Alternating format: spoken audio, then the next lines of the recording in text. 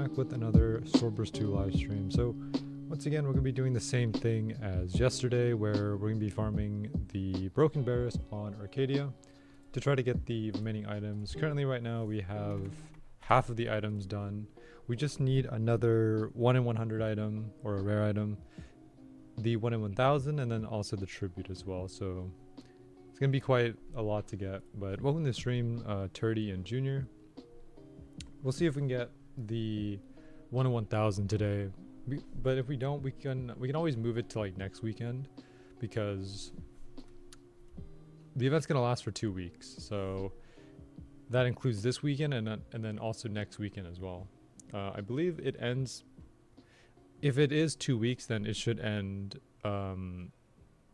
next Tuesday. But knowing the Swordburst 2 dev team, it might go on for a bit longer. I don't know. Alright, anyways, oops. Let me go ahead and reset, make my way towards Arcadia. We're gonna look for like a big Arcadia server. You can kind of see here, some of the servers are small, like 2 players. I look for the big servers because, you know, the more people there are, the easier it is to defeat broken Bearus. Let's see, vision. I've gotten the freeze skill last night. Nice. Congratulations on getting Everfrost. Everfrost is definitely something that I struggled with. I know that there is a pity for Everfrost. I believe it's like a 1000 pity, or somewhere close to there. I ended up going all the way up to 700 the first time that Everfrost was released. So it took me a long time to get it, but I eventually did get it. Alright, there's not a lot of people here. Okay, surprisingly, I thought there would be more people, because I joined the 20 server. Unless the number wasn't updated properly. No, that would be funny.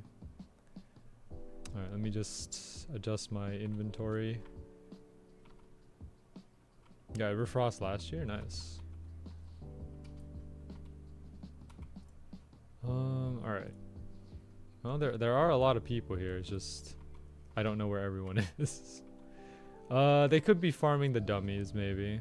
I know that there are some players that still farm the dummies for the rainbow rusty, which I've done the rainbow rusty once, and I am not going to do that again, because the reason why is rainbow rusty, it took 7 hours of just sitting there and hoping that my account didn't disconnect, and we ended up getting it, so it's all good. Spoon Pow I ended up trading for instead, because I didn't have time to do another 7-hour grind. So yeah, I'm gonna probably hop servers after this one. Okay, and there, 11,000. Just let me reset. Gone to floor 12. Nice. Now you can actually like discover, like floor 12 is a pretty interesting floor, especially because it has a lot of different bosses in there. You get the big slime boss. You also get the unborn in there, and then also Hunter. I believe Hunter is in there as well. Just a bunch of different bosses that you can fight, and then like obviously big boss being Atheon. But Atheon you'll probably discover a little bit later, or you can go there early if you want to. Let's see, is there anyone here? There is almost no one here. Okay, there's less people here than in the last server. Alright, I might as well go to the other server then. Seems like a lot of players have kind of dropped off broken Bearus, and it's probably because they've gotten the items already. Broken Bearus in terms of drop rate is not that bad, because I mean the worst drop here is the 1 in 1,500, which if you compare that drop rate to most other drops in the game, most players would probably say that it's reasonable, you know, because if you've seen the tributes, especially the ones on Frosty Fields, the one in 25,000, I believe. There's also the Rekindled Unborn in Helmford. That's 1 in 50,000 for a tribute drop. Yeah, 1 in 1,500 is kind of light work. It like in comparison to other difficult tributes.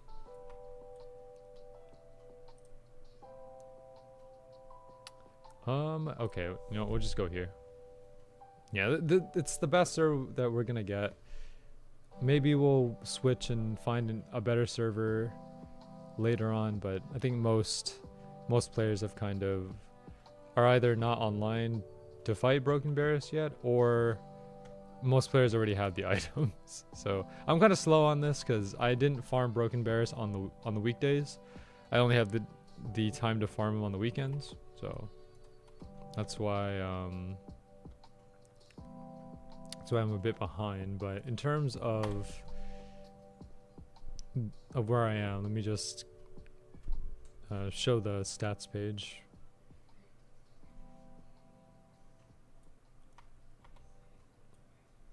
I'm also starting to farm Broken Bearus. Nice. Yeah. I hope you get the drops that you want, because definitely it's not. It is. I mean, even though 1 in 1,500 is not that difficult of a drop rate, it's still. I think it's still difficult in a way, because I mean, you know, I'm here in your server. Yo, welcome to the server. Yeah, I see you there. But yeah, like, it's still difficult in some capacity, you know, because I think easy drop rate for me personally is if it's like at least 1%. I feel like that's what's considered easy drop rate.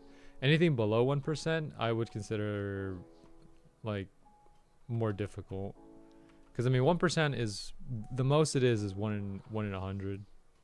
Well, the surprising thing is that this right here is a 1 in 100 drop, and there's another 1 in 100 right under it, which we never got.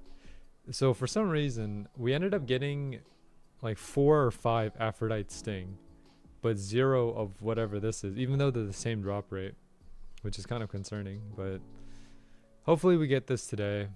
And then these ones down here, I don't know. If we get lucky, we might be able to get our hands on them, but I mean, we'll have to see.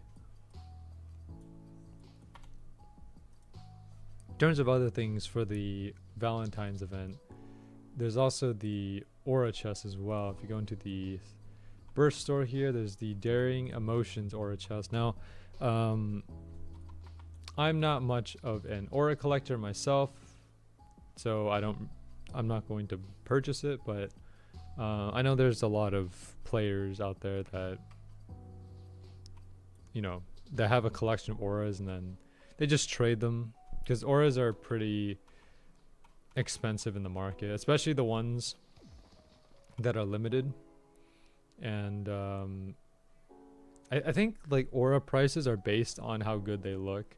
So even if an aura is limited, if it looks bad, I don't think anyone would really want it. Because I mean, the purpose of aura is to use them, right? So you don't want to really use a bad looking aura. That's why I would say if it's a good looking aura and if it's limited, that's probably going to be the combination for like a highly priced aura. I don't think Soul Aura is the most expensive still, because when the last time I was checking the market, Soul Aura was going for quite a large price, but I think it's different now. I'm not sure what the highest price auras are. Also a bunch of these things over here. The only auras that I ever roll for are these auras right here. Where is it? Right here, the early access chest. So I have every aura from the early access chest. Some more than others. Like I have a bunch of the Moonlit Crescent Fun fact, Moonlit Crescent was my first aura that I got. Because if you played Swordburst 2 during the alpha stage, then when the game released, you were given a free aura, essentially. So, you know, so that was the first aura that I got. I think, honestly, Moonlit Crescent is probably one of the better looking early access auras. Probably the best one in there. It's kind of hard to say. I like Yellow Shock a lot because it has that electric effect. Galactic looks pretty cool. I don't know what happened to Infernal Aura, because the thing about this aura right here, the Infernal Aura, is that it used to look kind of cool, and then now it doesn't look as cool anymore. Infernal Aura is basically this picture right here, but it's just like, it just spins around. Compared to the auras, like if you compare the early access auras to the auras that you see nowadays in Swordburst 2, these ones look like much less appealing, is what I'm gonna say. Like if you take a look at this aura right here, that's pretty cool. Let me see, is there any other auras like this aura over here? It's pretty cool. Well, actually, wait, no, that's just the natural aura. But still, like there's auras nowadays in Swordburst 2 that are much more detailed, much more appealing, eye-catching compared to like the ones that were released earlier, like when the game first came out. And the same thing applies to the weapons as well. Like Swordburst 2 weapons have definitely undergone huge improvements. Because if you look at the weapons, like when the game first came out, most of them are like low or minimal or low detail. Nowadays you get items like the Oracle here that I'm using, very high detailed. So that's definitely something. And maybe it's because the reason why it's like that probably has to do with like Abstract Alex, because Abstract Alex, if you guys don't know, is the current like developer for World 0, for Swordburst 3, but he was the original owner of Swordburst 2 and also Swordburst Online, which you guys can refer to that as Swordburst 1. So he originally developed Swordburst 2, and maybe it's because like his art style, because if you guys have seen World 0 and Swordburst 3, most like their art style is much more cartoony in a way. So maybe that's the reason why some of the weapons in Swordburst 2, like at the beginning, were more simple in design, and then afterwards, when the ownership changed, now you get weapons like this. I mean, take a look at how much detail is in that weapon. You can see all of the textures and everything, the effects. So, you know, like a lot of people say that they like Swordburst 2 more because of the art style, because Swordburst 2 has this more realist. Well, I wouldn't say realistic, but like, how do I say this? I guess like Swordburst 2 has more of like a textured detail design, as opposed to like World 0 and Swordburst 3, which have like more cartoony designs, if that makes any sense. And I think people like the texture design because it brings out a lot of detail with the weapon.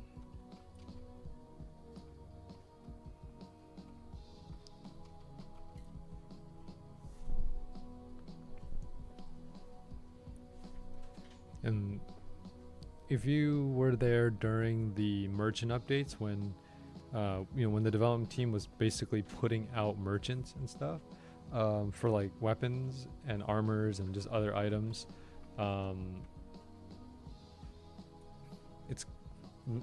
those merchants kind of tested out their ability, or in a way, it was kind of like a showcase of their creative ability. So I mean, if you see all the merchant items, there's a lot of great designs, and then there's a lot of like kind of mediocre designs. So you know, some of them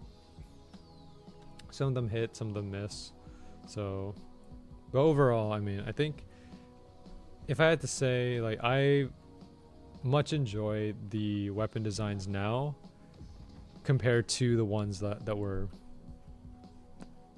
in the game when the game first released. I prefer how things are now, design wise at least. But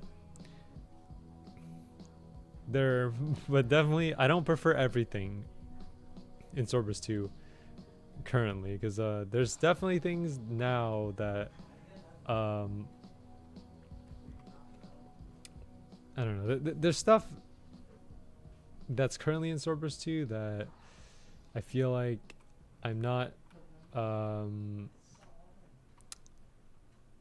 super big fan of. Like, for example, I think I'm not big on tributes. Tributes is like, and specific, it's because of the drop chances and stuff. Because like some of these drop chances are just outrageous. You know, like 1 in 50k. There's also a tribute called Angel's Grace. This is a hidden weapon that some people don't know about. Angel's Grace is a 1 in 1 million drop rate that comes from any enemy in the game. And it does not get affected by boost. Boost normally gives you a 3 times drop rate. So for example, if something that is 1%, if you're farming for something that's 1%, if you use a boost, it'll make that 3%. So you have a 3 times more likely chance to get it. Angel's Grace is not affected by that. It is 1 in 1 million regardless of whether you use a boost or not. I think there have been players who have gotten Angel's Grace before. I'm not bothered to farm for it, mostly because I don't care enough to have it. I mean, it'll be nice to have, but yeah, like I think like before the game introduced the concept of tributes, I used to be like an avid collector of the items. So basically, I would like whenever a new legendary would come out, I would go and farm for that legendary, so I can say that I got every obtainable weapon in the game. But ever since the tributes came out, that's no longer the case, or I cannot go out of my way to farm up all the tributes, because one, there's a lot of tributes that are spread across all the floors. Two, their drop rates are outrageous, so trying to farm all of them especially will take probably over the course of like not weeks, not days or weeks, somewhere around months to years to get some of these tributes. So because of that, I kind of dropped my goal of getting every item in the game because of that tribute, because I knew for a fact that if I had to get all the tributes, it would just never end. The grind would never end. So like if I started my grind from when the tributes first were introduced to the game up until now, I still wouldn't have all the tributes in the game, even if I was farming 24 hours a day. I probably still wouldn't have them, just because, like, again, drop rate. And there's also like other weapons as well on floor 12. For example, stick is it's kind of like a meme weapon that changes damage every update. Stick is 1 in 100,000, I believe, to get it, and it only comes from one thing, which is the ancient wood chest. So I don't believe you can AFK the ancient wood chest either. Maybe you can, but it wouldn't be very effective, because the way that the ancient wood chest works is that it's in this small cave, and then it spawns in a random spot within that small cave. So if you're standing in the middle, you might not always be able to reach it. But if you have skills like Everfrost, that's probably going to be your best bet. But Everfrost is not made to be strong. It's made as a utility rather than for its damage. So it'll take a while to use up all of your, to use up like enough Everfrosts to to take out the ancient wood chest. There's also another one, which is Ryu. Ryu is no longer 1 in 100,000, I believe. It's much easier now. 1 in 10,000. Yeah. Maybe, or I don't know if it was 1 in 100,000. It was a high drop rate from what I remember.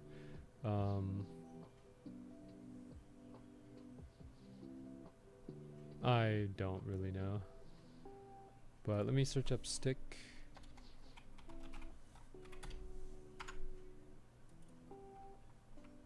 Yeah, stick is still 1 in 100,000.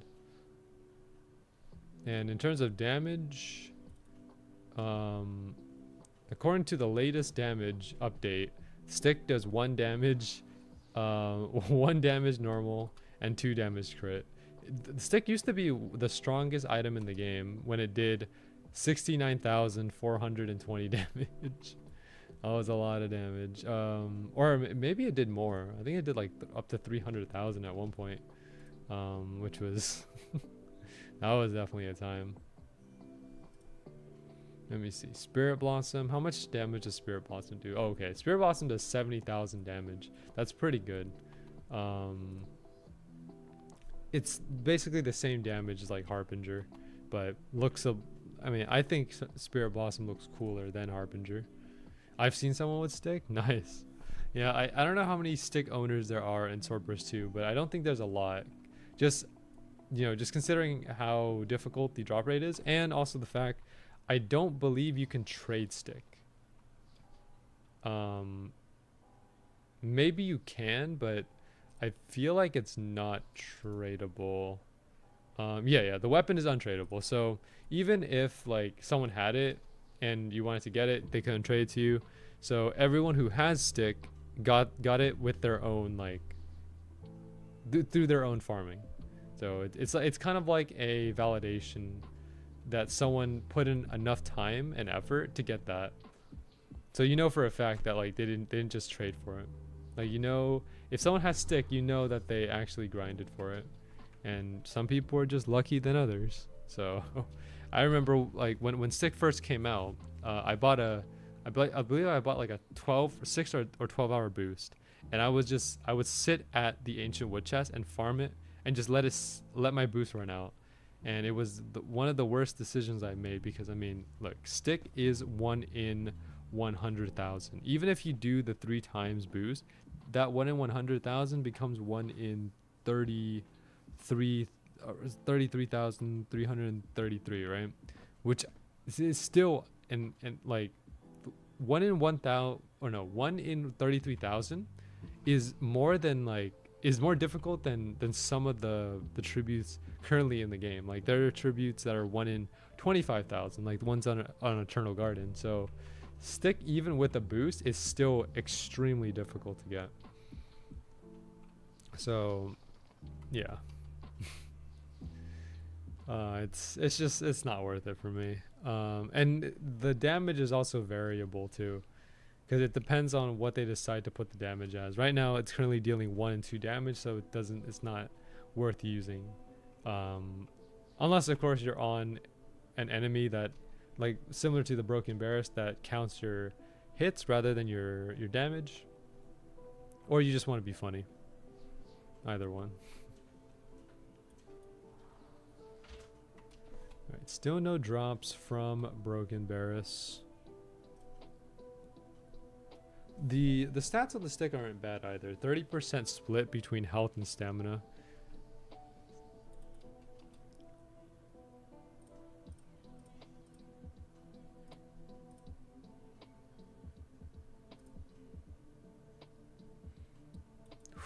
Wow. Rekindled Unborn has so many drops now. Scarlet Mirage, Aurora's Reach.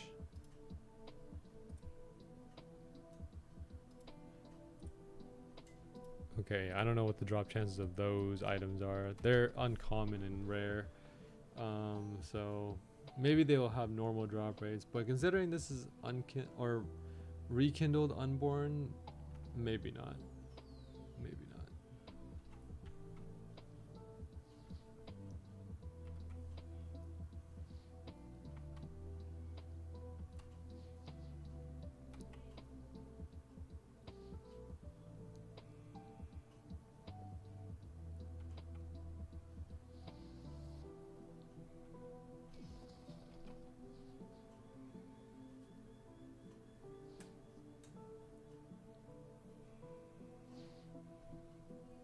if I don't get anything today from Broken Bears, I doubt that I'll be able to get anything on the weekdays. So I'm gonna try to get. I mean, our goal right now is to get that 1 in 100 drop first, the one that we're missing, and then afterwards try to get the 1 in 1000 drop, and then the tribute will probably come next weekend.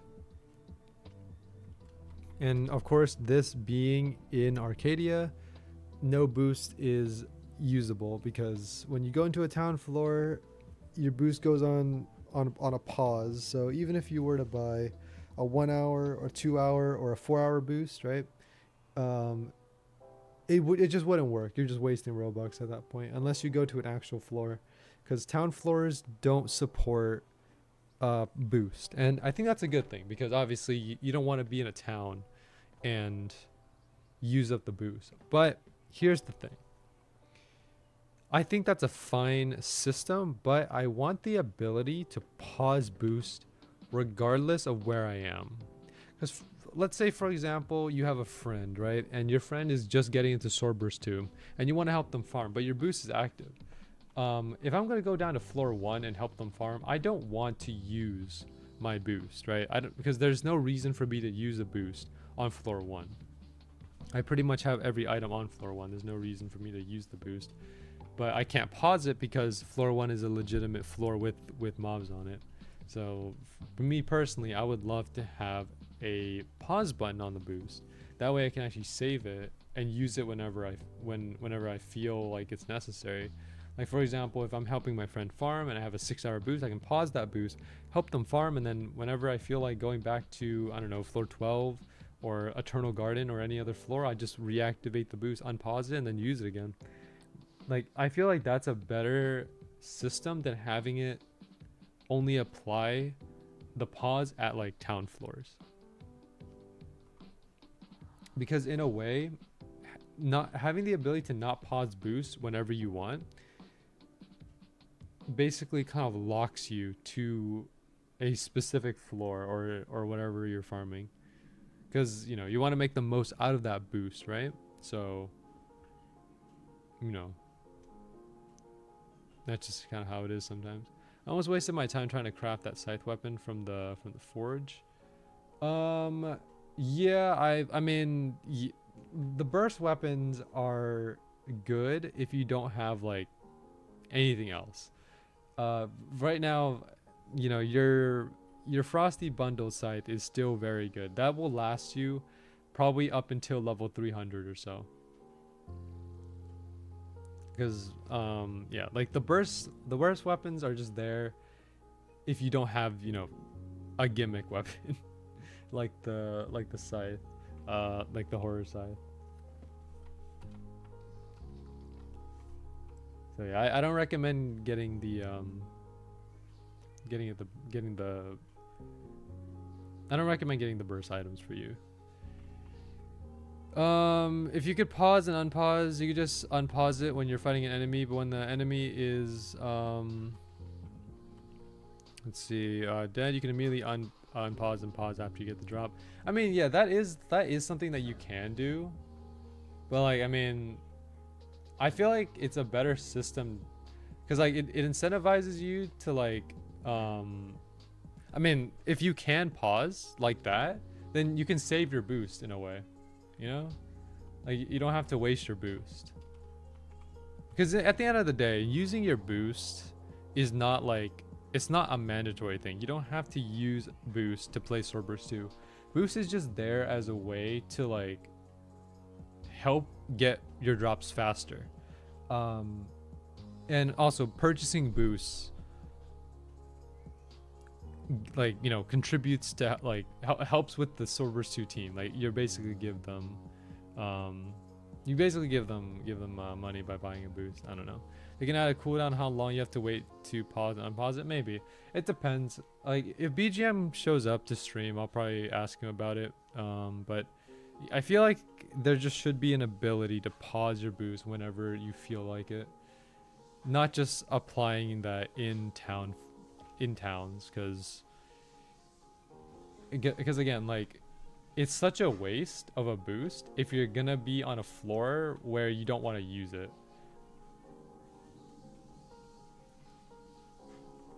because I would rather have my boost and be able to pause it on a floor where I don't want to use it. If I'm on the lower floors, for example, or if I'm maybe I'm on an event floor where I already have the items, but I don't need to use the boost, or the drop chances are easy enough to where I wouldn't need it, then yeah, I would just probably pause it there. But if it's a struggle, like for example, farming something like the Bearus, then if I'm struggling with the drops, then maybe I'll activate it. That's just my personal take on it, but yeah, I would just prefer to have a pause button. I think the 300 mil weapon in Frosty Fields is a better weapon to have after level 300. Yeah, I mean, like, event weapons tend to be much stronger than their standard counterparts. So if you compare like a level 300 event weapon to a level 300 normal weapon, like a level 300 weapon that you get just like from farming on the normal floors, there's a massive difference in damage. So the game kind of incentivizes you to take to basically take advantage of event weapons when they do come out. I'm trying to see if I can find an example of a weapon here or an example of a weapon. Let me see.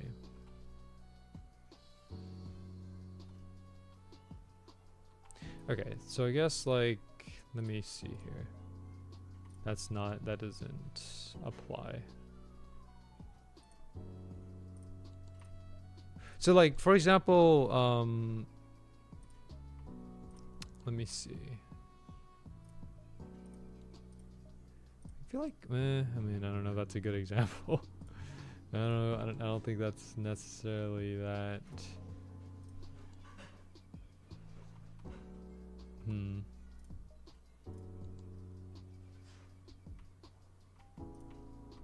Trying to find a decent example of this. I guess like, okay, maybe like here where, for example, a level 175 compared to level 200. So maxed out Spectral Lineage does 7,300, and then a max permafrost does 5,700. Which, I mean, like, okay, I'm not doing a good job of representing event weapons. Hold on, let me find a legitimate example. I need to articulate the difference here a little bit better.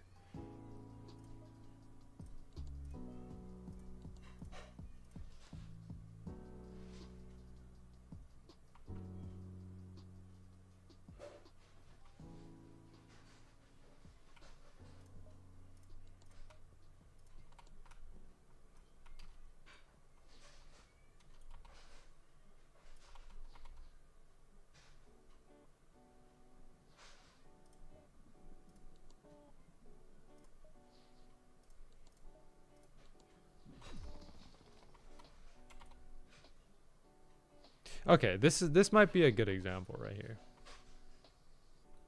So this weapon right here is the tier 1 burst katana, the Brimlash. As you can see here, Brimlash, my Brimlash is maxed out right now. It's, you know, plus 25 with 13,890 damage, right? This is a maxed out Brimlash burst weapon. Now take a look at this one right here. This is Tsumakari Murasama.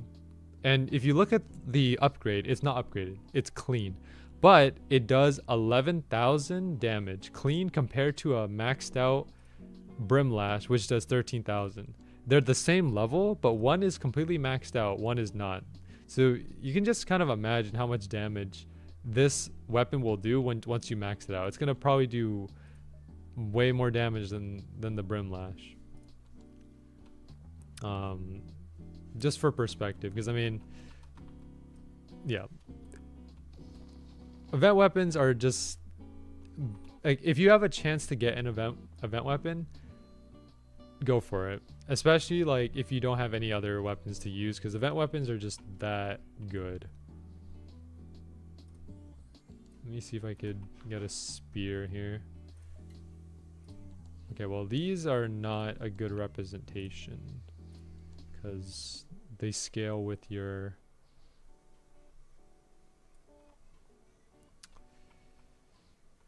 with your level.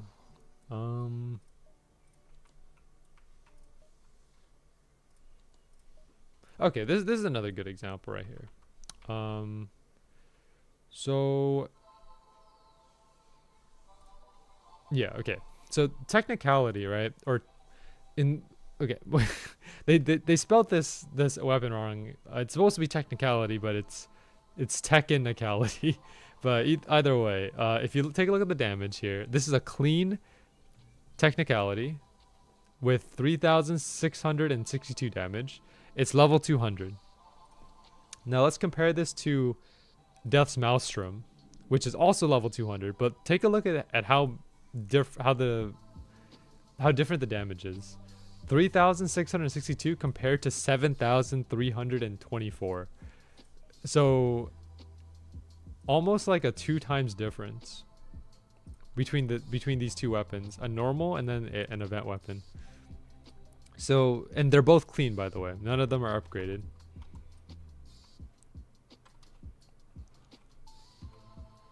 But that's a massive difference.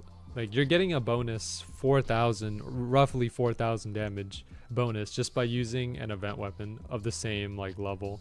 That doesn't apply to all event weapons, but most of them, I would say, deal significantly more damage compared to their standard counterparts.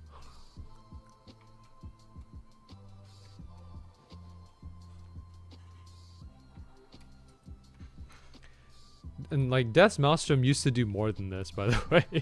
Death's Maelstrom did, like, this is a nerf version of Death's Maelstrom. It used to do way more than this. Let me see. I think if I go on the wiki right now and check the history of this back then.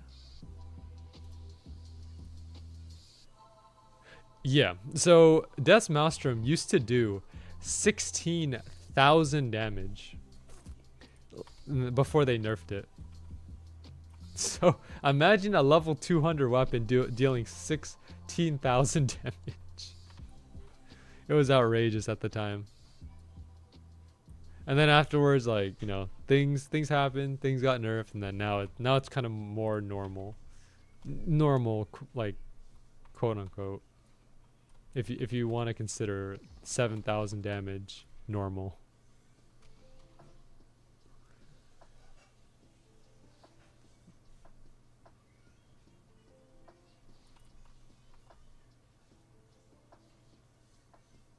Yeah, like event weapons are not upgradable.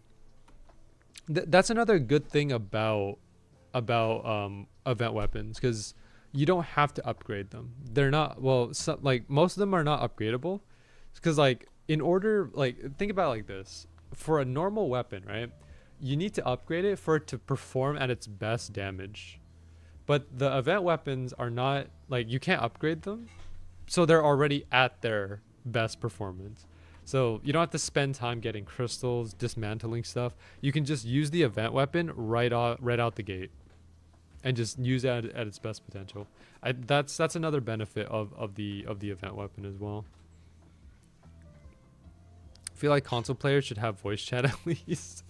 I heard about like chat being added to console, but I mean I more or less expected the chat to look exactly like that, because it's very difficult to, like, how would you implement chat into console? And the best way to do it is to like bring up a keyboard where they can type, and that's exactly what they did. Like you use the controller to hit every individual key. It takes forever to send a chat message, but but you know, it's chat. There you go. We added chat to console. But yeah, maybe voice chat would definitely be a necessity for console, just because like it's not as convenient to chat on a console as it is with like with keyboard, right? With PC, you just use your keyboard to type it out, but you can't do that on console. You can, but like it's very slow. The event weapons aren't upgradable, but technicality is would be the same as Death Master, but you just don't need that's basically what I was saying, Turdy. Like, you don't need the crystals. You don't need to upgrade the event weapon to use it at its best potential. Like, basically what I was saying was, like, you don't need to spend time collecting crystal. You don't need to spend time dismantling anything, because like in order to use a normal weapon with like it at its full potential, you need to upgrade it. But with the event weapons, you don't need to upgrade them. You could just use them at its full potential, like right when you get them. That's one of the benefits that was saying. It's like, you know, they already do like their best damage without having to upgrade. So you save yourself crystals, and you know, you save yourself a lot of time as well.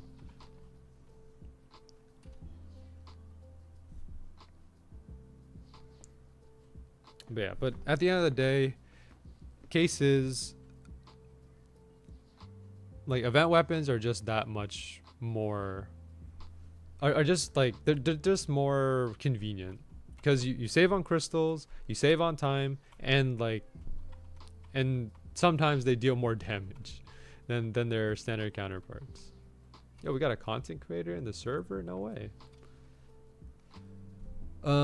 It's like the horror side. It needs some upgrades and it performs as best base. Yeah, basically, yeah. That's a good way to phrase it. Yeah, like there's a lot of weapons now that go based on your level. It never used to be like that. I believe the first weapon to deal damage based on your level, I think it was like, I feel like it was Niflheim, the weapon that you would get from the gift of contribution. I don't know if it was. It might have been something else. I don't know. Final Star was like the first weapon that I got that did damage based on your level. And Final Star was was definitely a grind. It was not an easy grind by any means, because I struggled so much trying to get some of the gifts for the final gift. The one that I struggled on the most, probably Everfrost. I struggled in Everfrost the most. The other ones were okay.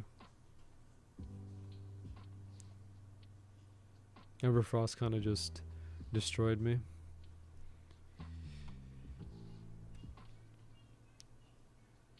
Yeah. But on the topic of like level based damage, I will say that yeah, level based damage is great at the beginning of the game. Like when you're first starting out, it's great. Like eventually though, the damage will start to plateau, and that's when you start to reach like the end game. Because eventually there are going to be weapons that will outperform the damage, but that's not until like much later.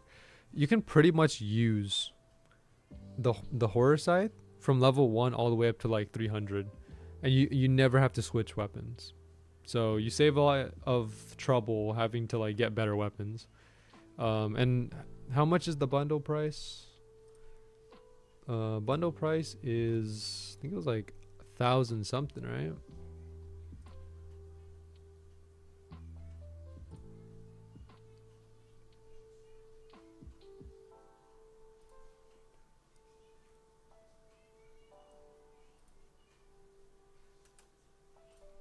Give me 1 second.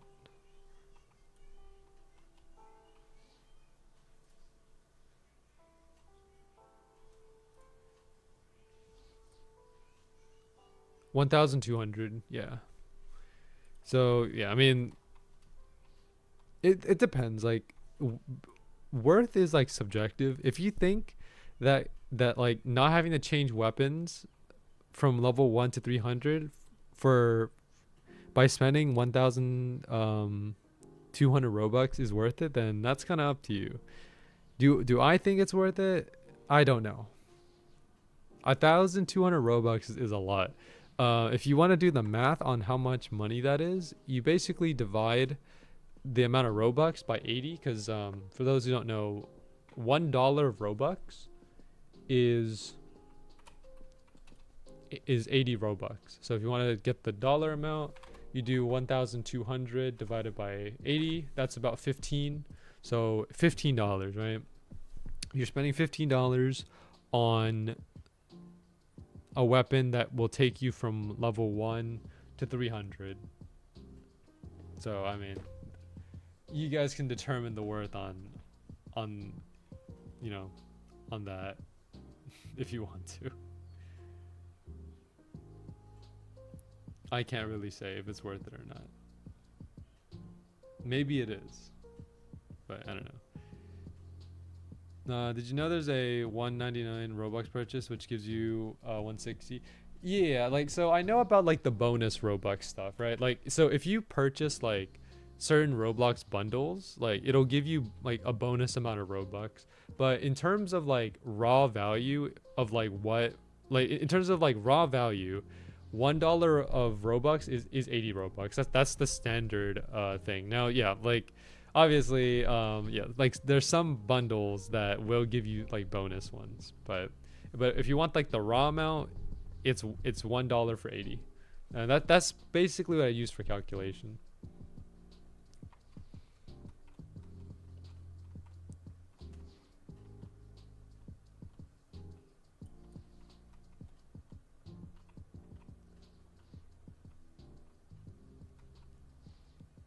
Kind of brings me back to the days of like when ticks were a thing, because I joined Roblox for the first time. I played Roblox for the first time in 2010, but most of those accounts I didn't hold on to because I forgot the password. But this account that you're seeing here, this has been around since 2015. But man, ticks was a very interesting currency, because I mean, like, I would be excited for ticks because I could purchase new shirts and new pants, and then if you had enough ticks, you can convert those into Robux. You wouldn't get a lot of Robux, but you would get something. But yeah, like, but I would mostly spend my ticks on shirts and pants. And then eventually Roblox got rid of the ticks, and just you know, and just converted to Robux. And maybe, like, I don't know exactly the full reason, but I'll give you guys a theory here. Let me theory craft a little bit. I'm not gonna say this is the main reason, but this is probably like maybe a significant reason. Or one of the reasons why Robux is the primary currency. And it probably just has to do with like Roblox making money. Because for those who played like the very early days of Roblox, like back in 2000, in like the early 2010s, there was a thing called Lifetime Builders Club. Premium used to be called Builders Club. There's a thing that was called Lifetime's Builders Club, and it's basically, ooh, nice. We got Empty Embrace. No way. We got the 1 in 1,000. Let's go. But basically, Lifetime's Builders Club is what it sounds like. It's basically Builders Club for life. You buy it once, and you have it permanently. And I believe the price of Lifetime's Builders Clubs back in the day was like $350. And basically, yeah, like you would buy it once, you have it for life. And I think the reason why Roblox got rid of that was because like it's not going to make them money, right? so like if you think about it, if you buy Lifetime's Builders Club, right, it's a one-time purchase, right? So you buy it once, you never have to spend money again. And obviously, if there's like 1,000 players or like 10,000 players that all have Lifetime Builders Club, no one's gonna spend money, and because no one spends money, Roblox doesn't make money, right? That's why now there's no such thing as like Lifetime Premium. Um, Premium is gonna be a subscription that charges you like every month, just so like Roblox can make money out of it, right? Um, and maybe the reason why they got rid of ticks as well is because of that reason, where you can convert ticks to Robux. So let's say for example you have 1,000 players that just only convert their tickets to Robux. No one spends money on Robux. So that means Roblox doesn't make any money from that, because if you're just depending solely on ticks, Roblox doesn't make money because you're just converting it. So maybe that's just my personal theory on why Roblox got rid of ticks and why they got rid of like Lifetime Builders Club, and why they also emphasize like making premium like a monthly subscription. Monthly subscriptions have been around like for a long time. Like Builders Club, what is like a monthly subscription that like normal Builders Club was like I think was like $5 a month back then. So monthly subscriptions have been around for a while, but the Lifetime is no longer a thing. That's just my personal theory. So you guys can do with that what you will.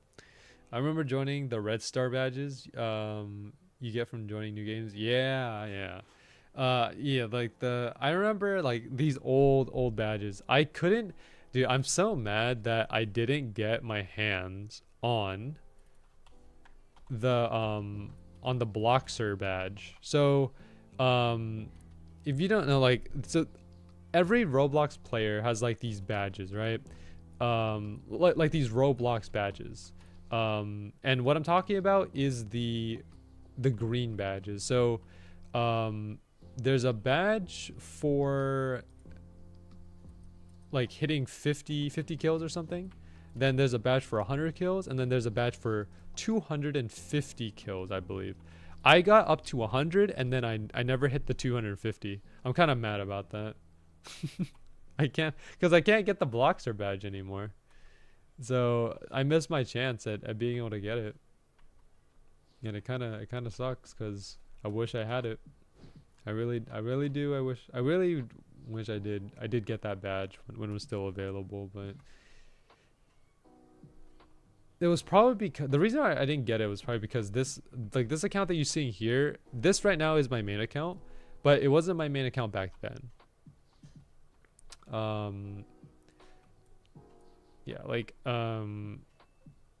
I had 3 main accounts before. So this right here, this account is the 4th main account. I had an account. The very first account I made lasted for 1 day because I forgot the password to it for 1 day, and I didn't link any emails back then, because this is 2010. I wasn't a very smart kid, so I didn't know how to link emails and stuff. So I lost that account in 1 day. Second account lasted for much longer. I think it lasted for about 2 years, and then after that I kind of quit Roblox because wasn't really interested. Then I came back in 2014 with my 3rd main account that lasted for a long time, and then I made this account in 2015, 1 year after I made the 3rd main account, to act as an alternate account. Eventually I started using this account more than my main account. So this eventually became my main account, and now it's been my main account since 2015, or whenever I switched back. So whenever I switched it over. Roblox high school era is cool too. Yeah. I used to play a lot of Roblox high school. Dude, I would make all these dumb characters, try to be all cool in the game, try to act like I was some kind of powerful being or something. It was dumb, man. Like I don't know. It was okay. I mean, I don't know, man. Everyone has their like cringe era where they do stuff they look back on it later and they're like, man, why did I do that? That's basically like my Roblox high school era for me. It was just all cringe. I don't want to look back on it, but but yeah, that's just how it is sometimes. Overall though, I mean, I enjoy. So what got me back into it, because so yeah, like, so I came back to Roblox at 2014, right, with my third main account. The reason why I got back into it was because one of my friends, or like a group of my friends in middle school, this is in middle school, we're playing this one game called Twisted Murderer. This is one of those murder mystery games. Twisted Murder was the top murder mystery game at that time. Now you have MM2, right? Like as the top one. But Twisted Murder was like the top ranked murder mystery game at that time. And we played that every single day. Like so basically, like our school gave us Chromebooks, and we would download Roblox on these Chromebooks, and we would play Twisted Murder during our break times, right? Because we get a morning break, and then we get a lunch break, and we would just play Twisted Murder during these breaks every single day. Every day we would just hop on and just play. And it got to the point where, like, I think, okay, I like to consider myself like, you know, someone who was more civilized in middle school, where, like, you know, I wasn't going out of my way to do things that you weren't supposed to do. Like, for example, there was one time where we had a substitute teacher, right? And our main teacher just gave us an assignment to do. Like, it was supposed to be like some kind of online assignment. I did my online assignment, all right? Look, the teacher gave us an assignment. I did the assignment. You know what my friends were doing in the back? They were playing Twisted Murder, man.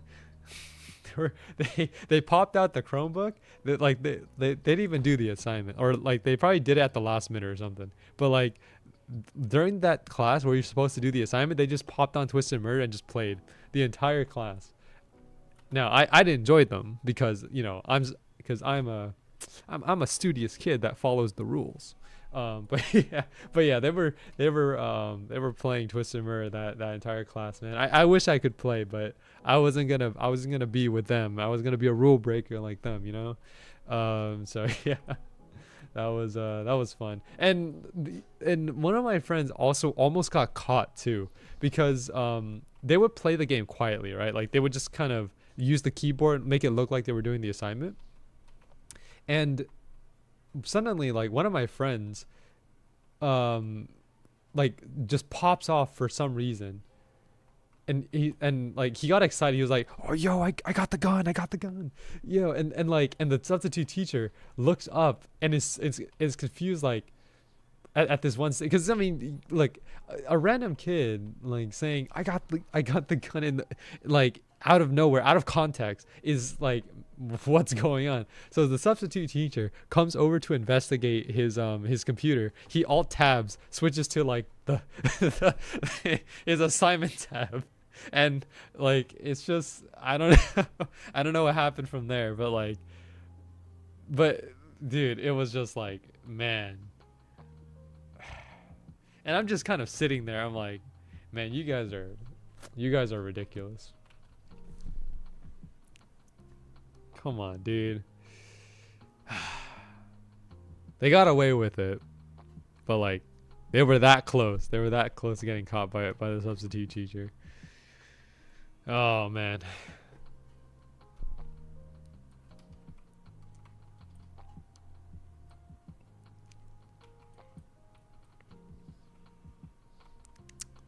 Yeah, and then, yeah, throughout our whole middle school, we continued to play Twisted Murder and stuff. And then after we graduated middle school, we kind of just drifted apart.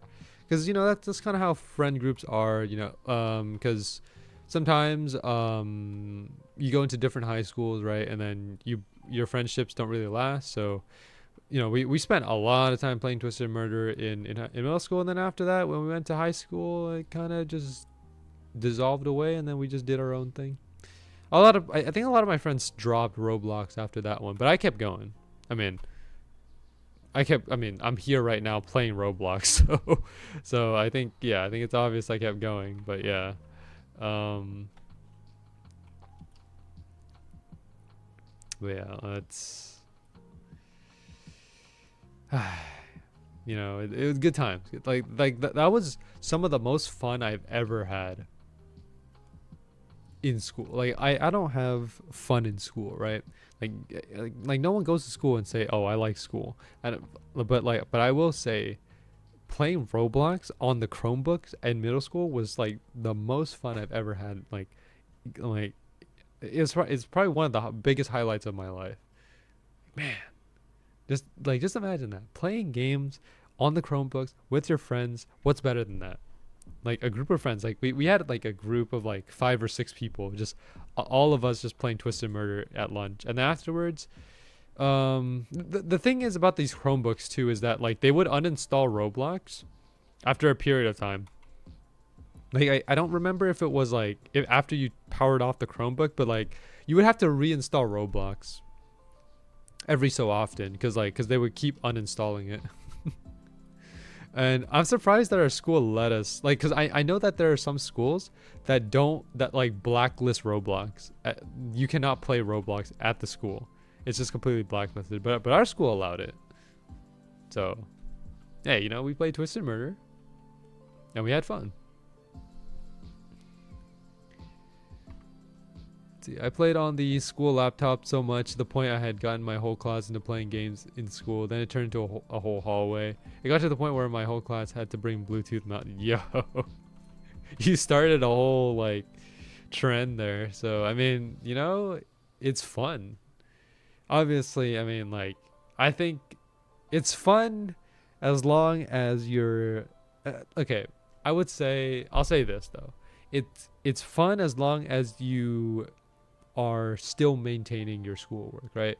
Like I think it's okay to like to play games on the Chromebooks or on the laptops at school as long as you're getting good grades out of it. Like don't neglect your schoolwork to play games, right? Like that's not good. But as long as you're getting good grades out of it, I think it's perfectly fine.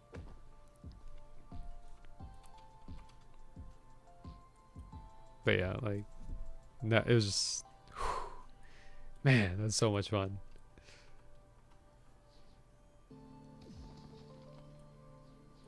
Graduated high school, with a 4.0. Wow, impressive. Were you like valedictorian, or did you just like? Because that sounds like valedictorian material right there.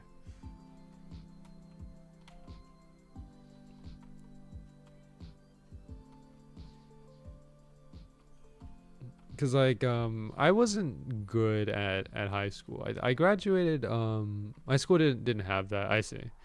I graduated high school with a 3.3, so I wasn't very good. But university is a different story. I graduated university with a 3.8. I went from a 3.3 in high school to a 3.8 in university. So I really, I really grinded out my GPA in university, mostly because university is something that like you can't really fool around in, because for high school you're not really paying like that, you're not paying like a huge amount, right? But for university, like university can be anywhere from like 30, 40, 50, even up to $100,000 for university. And you can't afford to really fool around, because like if you fail a class in university, that's at your expense. You're gonna have to pay for that class again. And yeah, so that's why for me, I never fooled around in university. I always made sure that I passed all my classes like on the first try. My worst semester by far was the first semester, my freshman year going in. Best semester was my last semester. I got a 4.0 semester on my very last semester in university.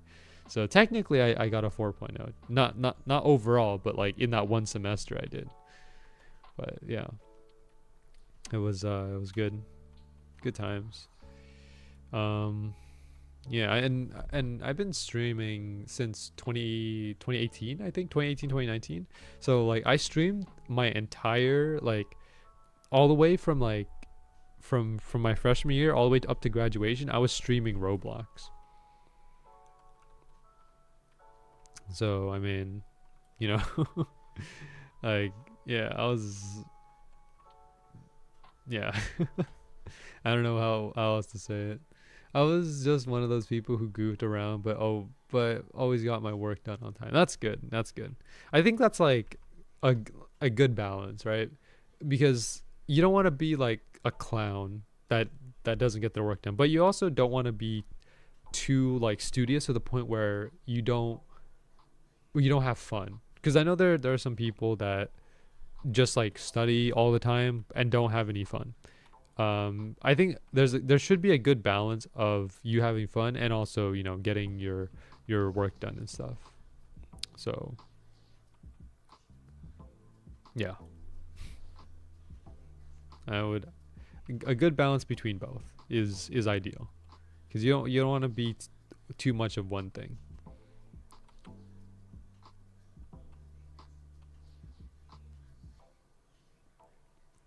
I don't know how long we'll stream today. We'll probably go for maybe 3. I mean, I want to see if I can get this. I don't know how we're not getting this one item though. That's what's kind of confusing to me. We're still not getting this one item here. We managed to get empty embrace before this one item, and then this is kind of a lost cause. That's not gonna happen. Let me check Arcadia servers. Are there any bigger servers? Ooh, there's a 14 server here. Hold on. I might join that server. This is a bigger server. Yeah, because like bigger server means more people. More people means we can defeat the boss faster.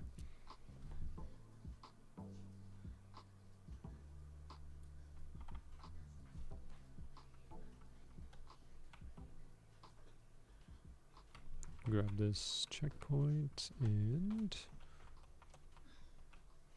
Oh, nice. Okay, well, it's not a lot of people.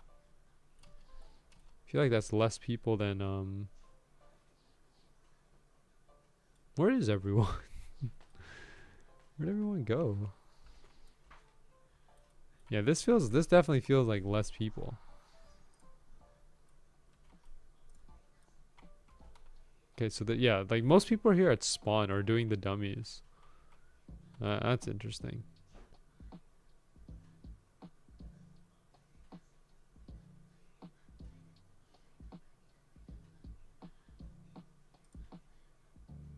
Alright, well, I guess I'm going back here. I gotta go back here again.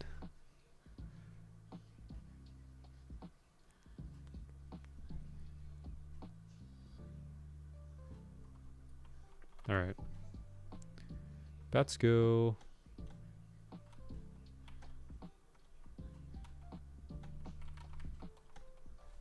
Checkpoint and there. Yeah, this one has more people. Even though there's less people in the server, it's more people overall. So let me check broken Bearus. What is this item?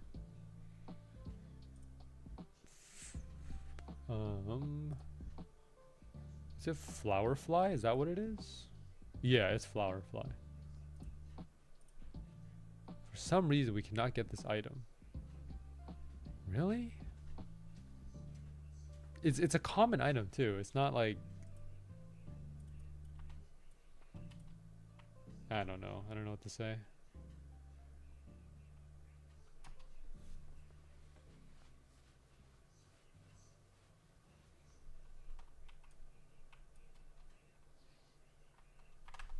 One of the fastest way you can actually deal damage is by using the curse enhancement plus bat skill. With this does like very quick hits if you use this combo.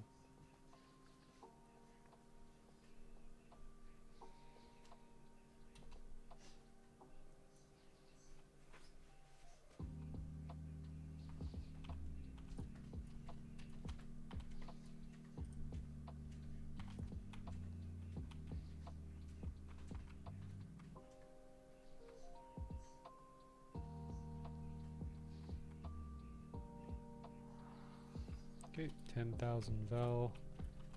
How much Vel do we have? We have 46 million. We're almost at 50 mil. I'm trying to get to 90 mil within like by next weekend. I hope I can get there.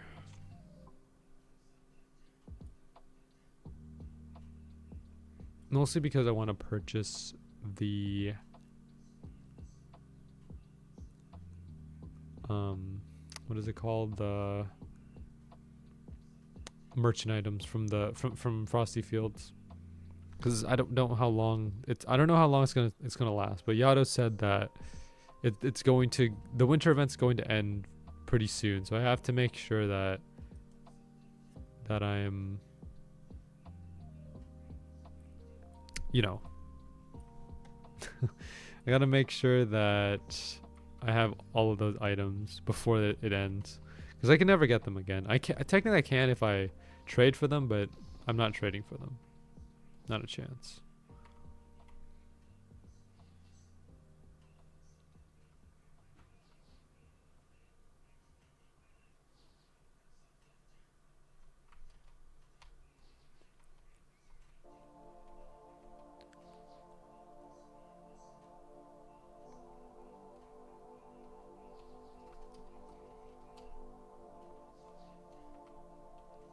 Maybe we'll go for 2, because we got one of the hard drops out of the way. I want to try to get Flower Fly before we end, though. That way we have one item left, and then I can focus on getting that item throughout the week and next weekend as well.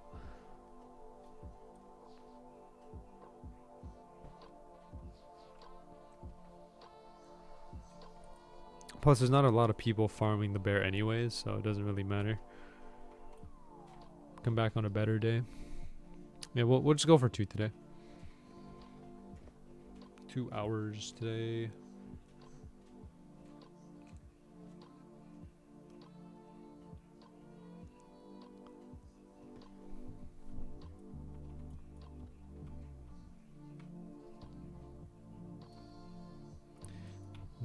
Well, I don't know. Next week's stream. Next weekend's stream might be interesting, because I do want to stream Wuthering Waves because there's a new character being released, and I want to try to build them on stream. So maybe I'll stream on that. Stream Wuthering Waves later on that day. Either finish Swordburst 2 early and then start that stream, or maybe get lucky, get the tribute, and then stream it on Sunday instead. I'll figure something out.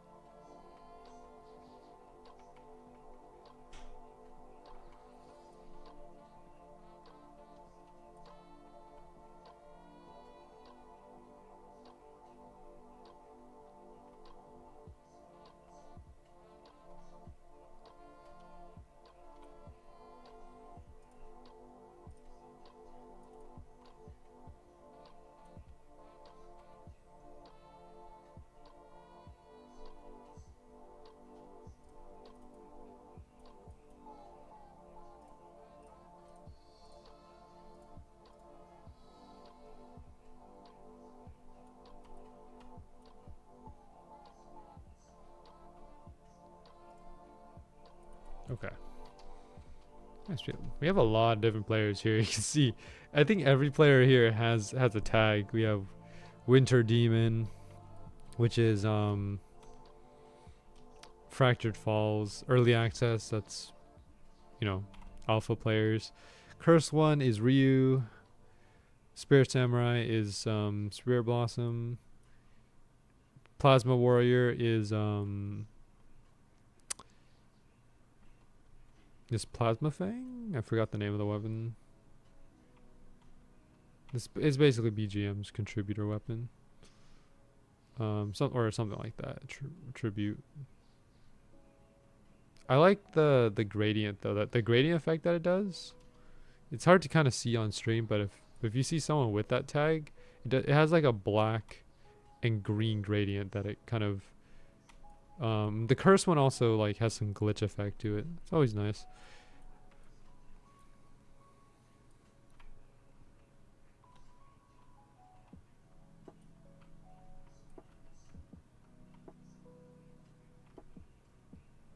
Okay, we have a decent amount of people here. That's not too bad.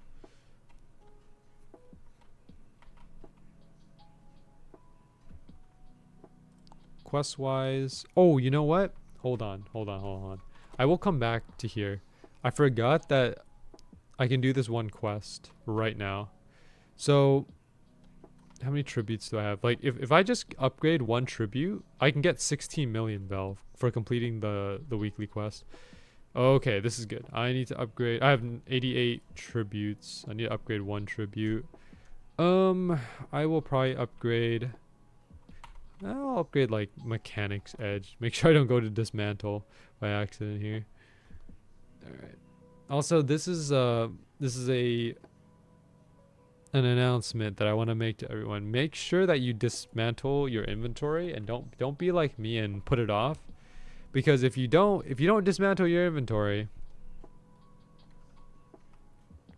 happened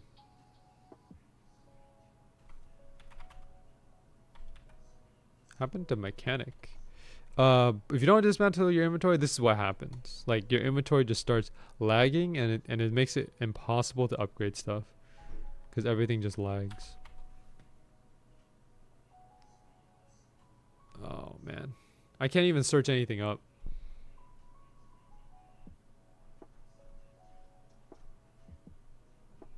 What happened to it? Hold on.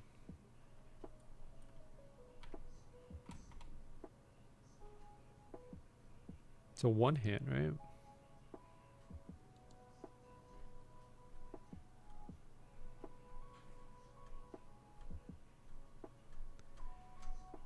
Imagine I lost it. That would not be good. Or maybe it's not upgradable.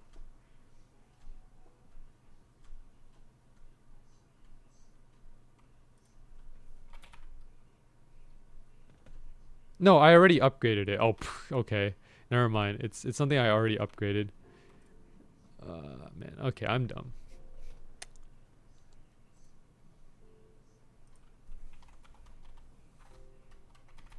What's the other one? The 250? Oh, Crimson Blaze.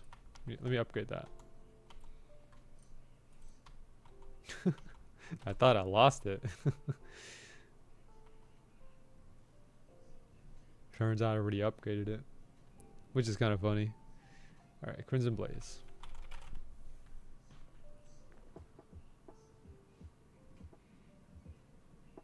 Dude, this is a nice weapon.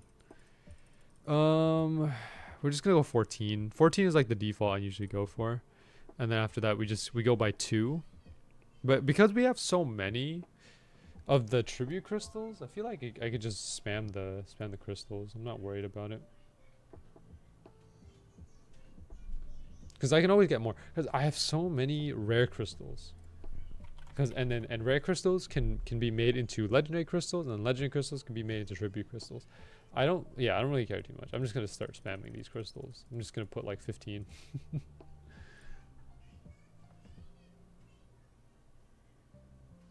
That's fine.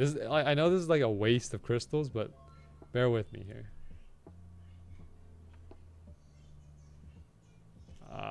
No. The lag. Okay. Is Crimson Blaze like a katana? Yeah, it is. It does 57,000 damage. Not bad. See what it looks like. Ooh, that is nice. I love that effect. That's really cool.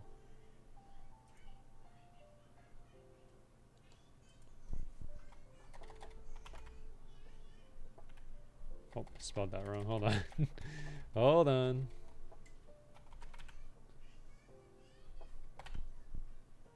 There we go. Oracle. Okay, so now we can finally like finish this one up, right? There we go. Awesome. So 16 million Vel puts me up to 65 million. Let's go. All right, I need the Vel anyways because I'm trying to get up to 90. So I'm glad we managed to get the crystals that we needed. Okay, now we're coming back down. We are coming back to the arena. We also got a bonus 1.4 mil for upgrading the legendary. So pretty good, pretty good, pretty good. I am looking. Look at, I mean, look at this. 60 legendary crystals and another 75. Grinding are we? Yo, what's up, Venix? It's been a while since we talked, Venix. Yo, welcome to the stream. Yeah, I'm currently grinding right now. I'm trying to get the Valentine Day stuff, but for some reason, right? This weapon right here I cannot get. Like, notice how I got Aphrodite Sting and Empty Embrace, but for some reason Flower Fly does not drop for me. I don't know why. I don't think there's anything broken about it, but like, but I guess I'm just not that lucky.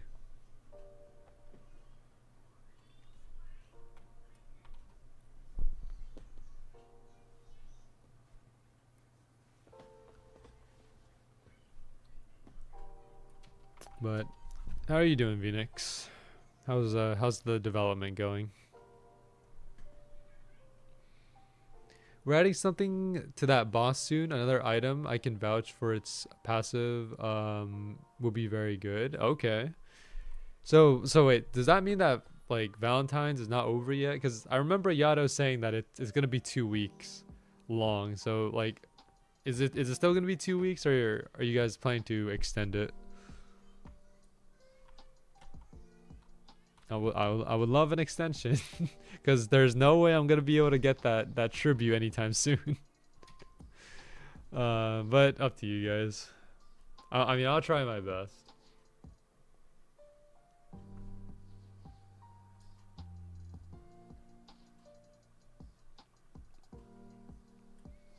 But I'm curious. I am curious what that passive is going to be. I mean, if it's anything like pumpkin passive, then I'm pretty excited. It's just gonna be something small. I'm gonna add. It's pretty simple. As for the actual event time, I have no clue. Okay, I got it. Yeah, I don't know. I'll see if I can try to get this tribute within the event time. Because the thing is, like, I'm multitasking right now. So for stream, I'm just doing the Valentines, but off stream, I'm just AFK farming on Helmfirth to get enough Vel in order to finish up the Winter Merchant. Because the Winter Merchant is still around, and I mean, the prices on those is insane. I already have the 300 mil weapon. I have the 250 mil weapon. Right now, I'm currently grinding to get the 200 mil, and then after that, I'll get the rest of the items following. But yeah.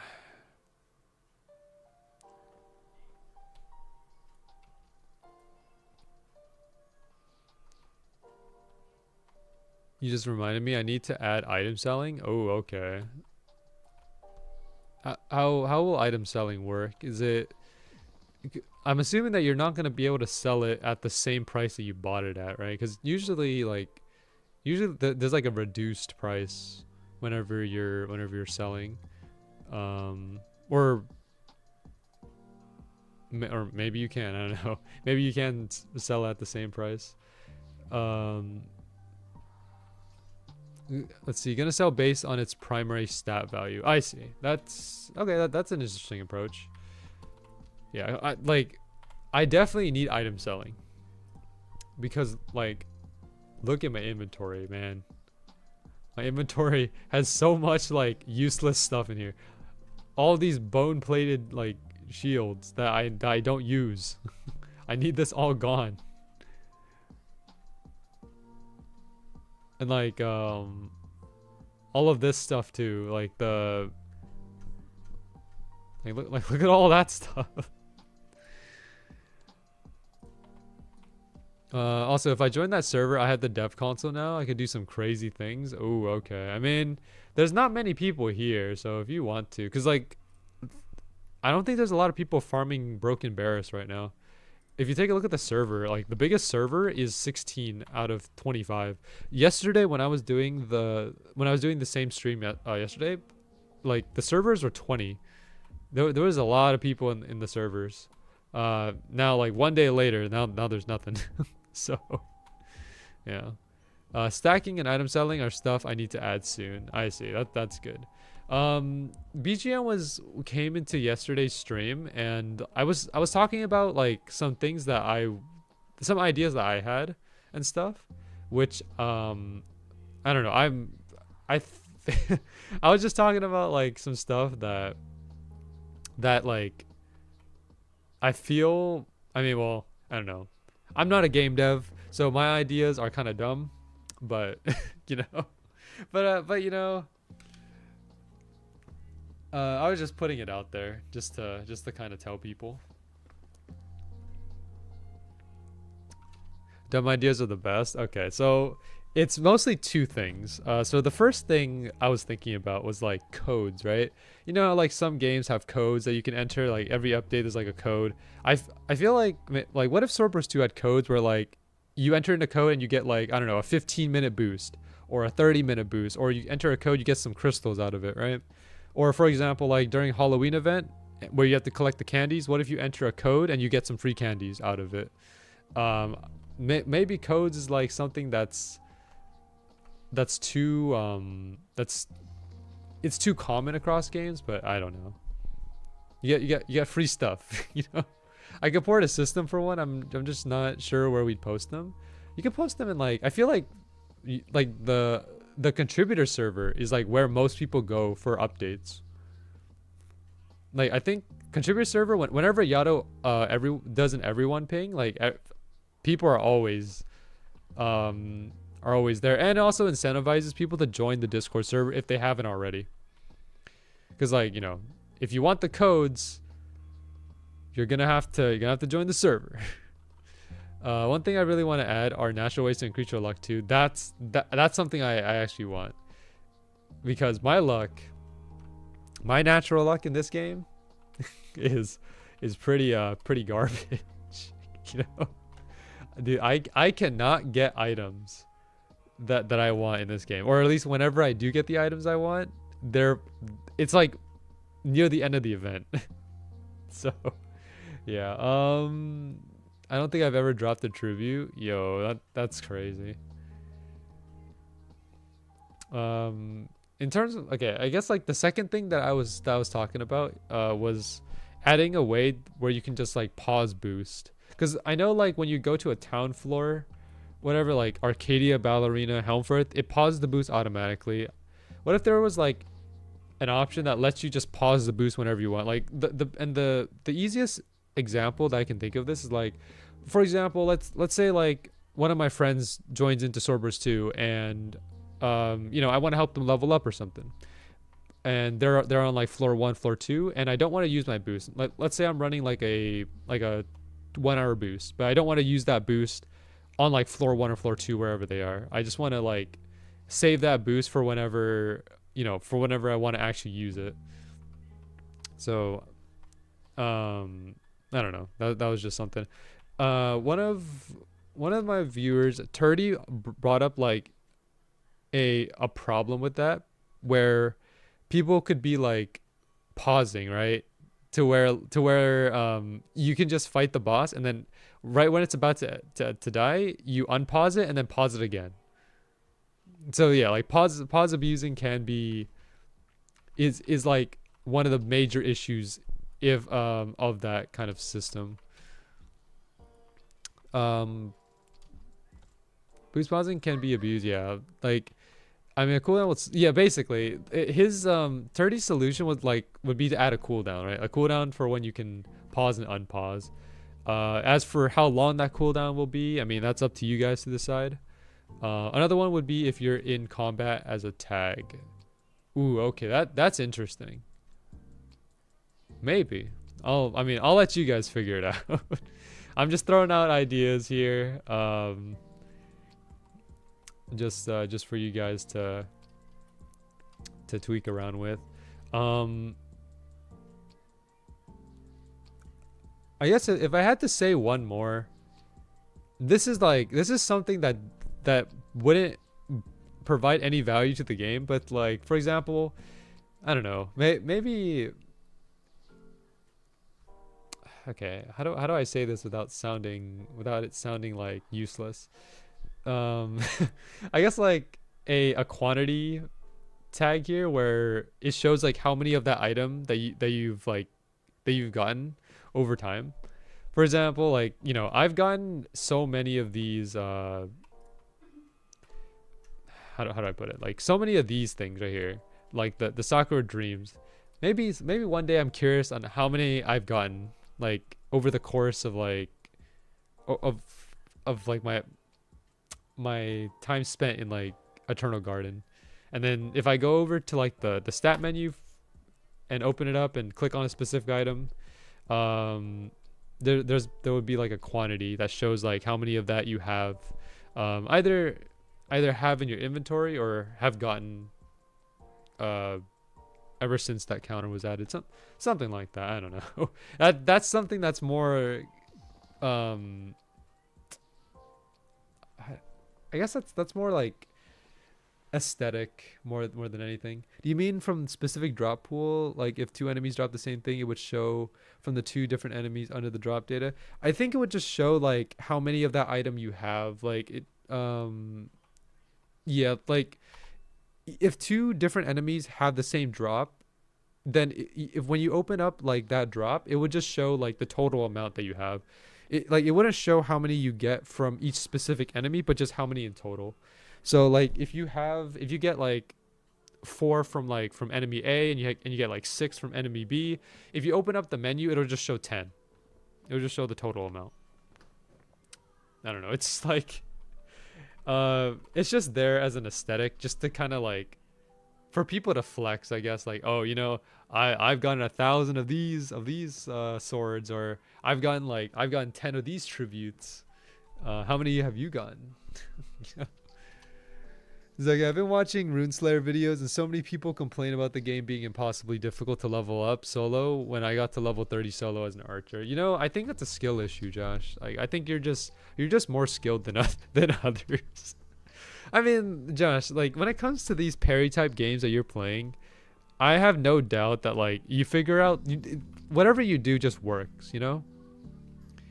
If you find it difficult to level up, then you figure out a way how to level up faster. If you can't defeat a boss, you eventually figure out like a way to plan around it. You're one of those people that can easily adapt to games, and I think that's kind of like what makes you good at them, because adaptability is a huge skill.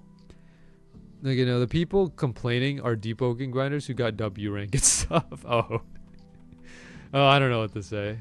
Runeslayer is fun. I'm level 40 as a berserker. However, the drop chances and scaling in that game are insane, and procedural, which is crazy. I have not played Runeslayer. I've heard it's really good. Maybe I should try it out, but I don't know yet. I've just been AFK grinding in Swordburst 2. I've just been AFKing my life away, man. I don't know. Like, maybe I should like stop the grind, but I can't, dude. I have to get my Vel. I need my Vel.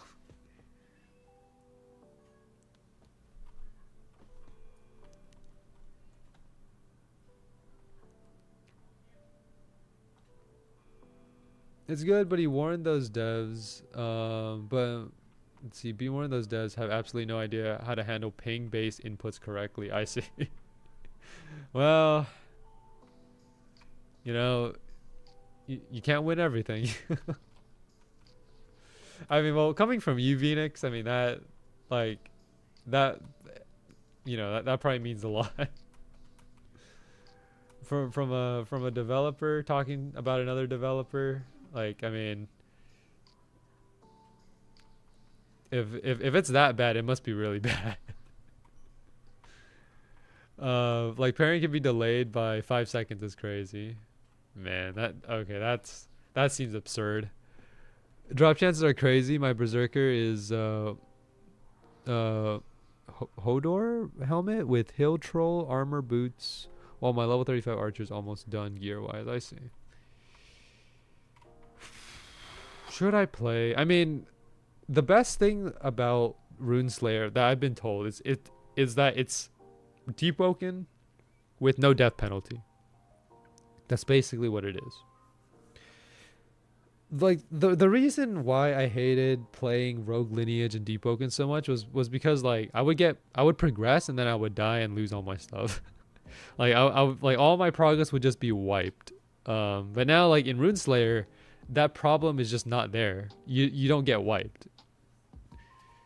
It's basically better Deep Woken purely because no death penalty. Yeah, so theoretically I should be dude, like based on my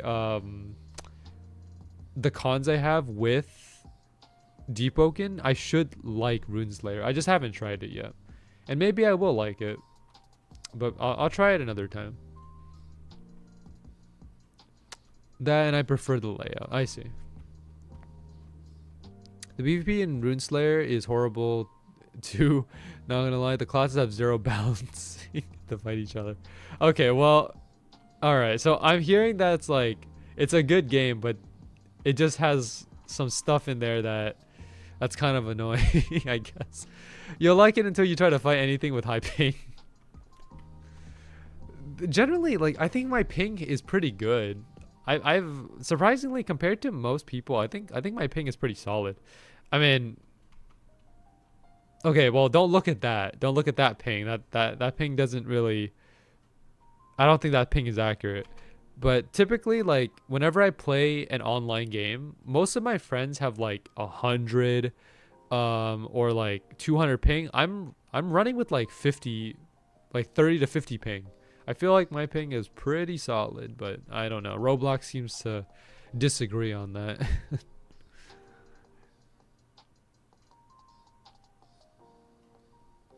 I thought the same, but no, I got cooked by troll. Nice. Assassin class melts any class, no matter the HP. It's not skill versus skill, it's class versus class. I see. Is there a class that where what's the most versatile class in the game? Like the one that can do like one that has range, that has decent range, decent melee, like basically the most well-rounded class. So what would you say is like that in that category? Assassin? Okay. Honestly, I avoid PvP if I can. It's not fun the way they did it at all. That's fair. I mean, I would probably avoid PvP too, because well, I'm not good at PvP. You can ask Josh on how bad I am at playing Deep Oaken. He'll tell you. I am horrendously bad at PvP in Deep Oaken or any parry based game.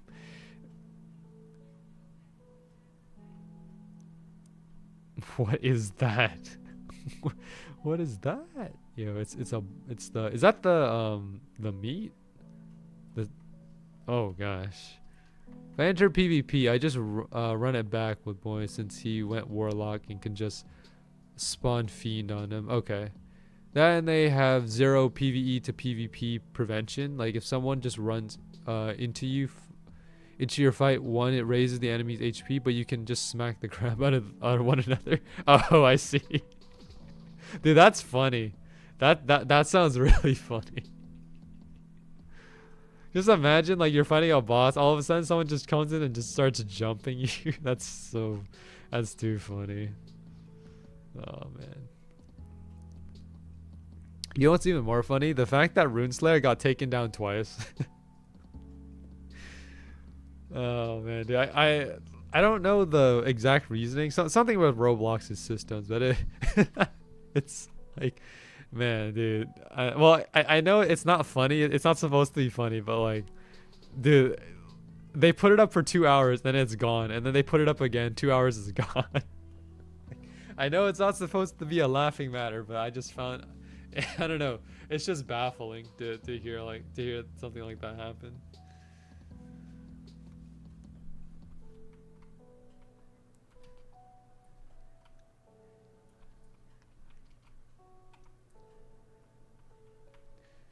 But yeah. Also, VX, are you on the development team for Sacred Legacy? I haven't heard much from Sacred Legacy in a while. The last time Yato posted on Sacred Legacy, at least in the sneak peeks, was like September, September of last year. I'm kind of, I really want to play Sacred Legacy, but I'm not sure exactly when it's gonna come out.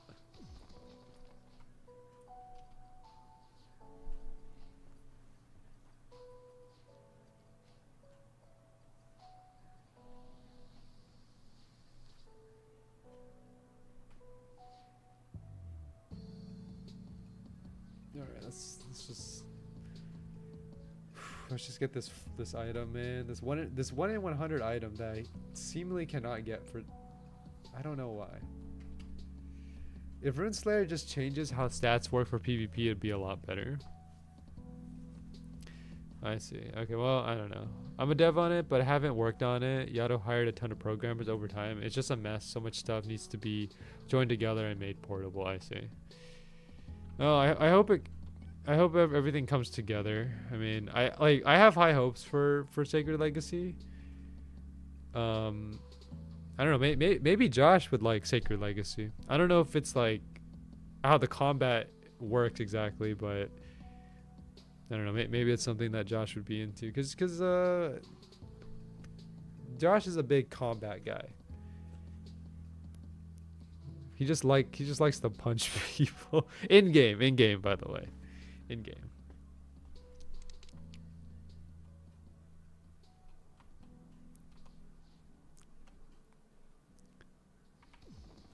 If I can punch, I love game.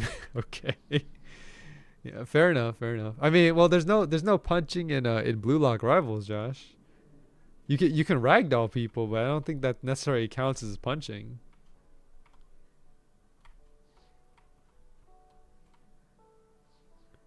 Yo, what's up, Nick? Welcome to the stream. Right now, my projects are Swordburst 2 reworking, Astral RNG, a mining game with my friend. Let's see. I'd be hopping on development for. Let's see. Okay, that's nice. I mean that's a lot of work managing 3 games. I've seen you on like Astral Legacy and like in the mining, game like many times. Like I just see you in studio for them. So yeah. Anything cool? So we managed to get Empty Embrace here. We're trying to get the tribute and whatever this item is, Flowerfly. For some reason Flowerfly is not dropping for me. It's 1 in 100. Theoretically it should be easy, but it's not dropping for me. Ankle breaking and mind games are enough for me. Okay, fair enough, Josh. Fair enough. Yeah, I'll pick up Runeslayer one day. Just give me some time. I mean, I could play it, but I'm just not too interested right now. I'm nearly always in studio. Yeah, actually, yeah. You're pretty much always in studio, from what I see. But you know what? I think that's a good thing. You know, you're always working on something, and I mean, that's good because I get distracted very easily, so I can't stick to like to doing one thing. I always hop between stuff. T-Man wants to do wield book. Well, I'm farming to max out my gear because T-Man wants to be Sunraku. I'm gonna pretend like I know who that is, but sure. Wouldn't it be funny if on April Fools we just make fake drops that shows up? Let's see, grows legs and runs off your screen. Oh yeah, wait. Yo, whoa, hold on. If you can actually program that, that would be really funny. I would love to see that. Dude, that would be like the perfect April Fool's prank.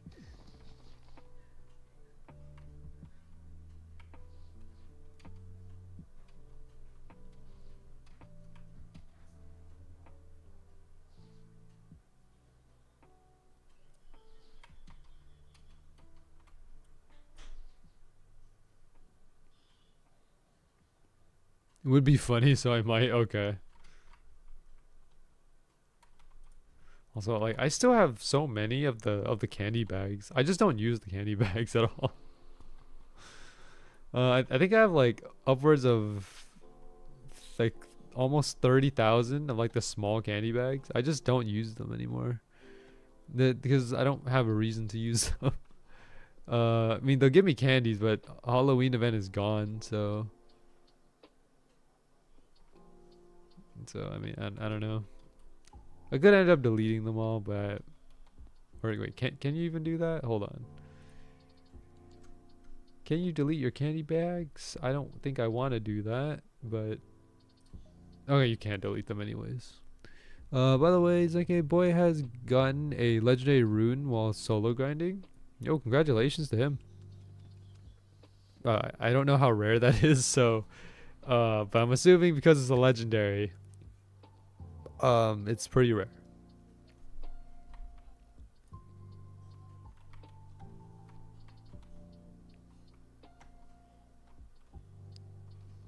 Oh yeah, I need to add mass opening. Dude, yeah.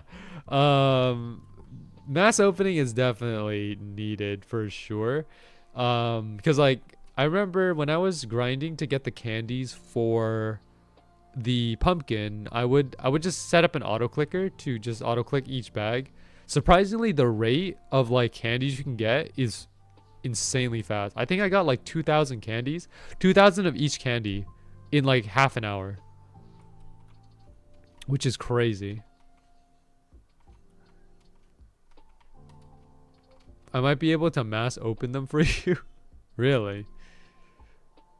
I don't know how much that would lag the game, but you know, if you can do it, that would be that would be interesting. Or how many tremors would spawn?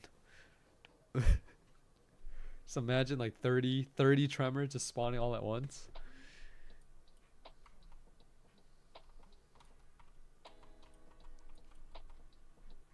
It's terrifying. 14,000 of the big candy bags, and then small candy bags. Where the small candy bags go? There. Oh, 30,416.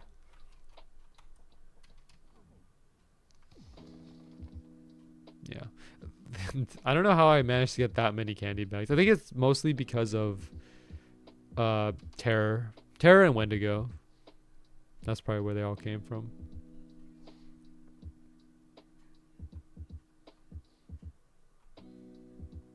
It went, gotta find out, I guess. Oh. I hope you didn't break my game, Phoenix. Oh, another small candy bag.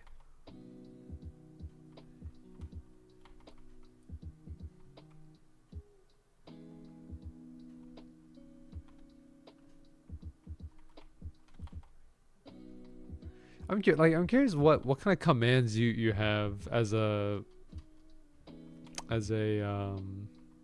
where like you're one of the high ranking positions in Swordburst 2, right?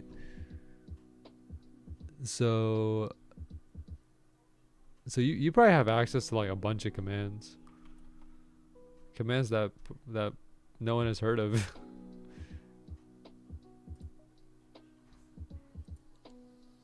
Wait a minute. Hold on. When did I get this? Wait, I never noticed this. Wait, when did I get Gift of Everfrost? Has that been in my inventory the whole time? Huh.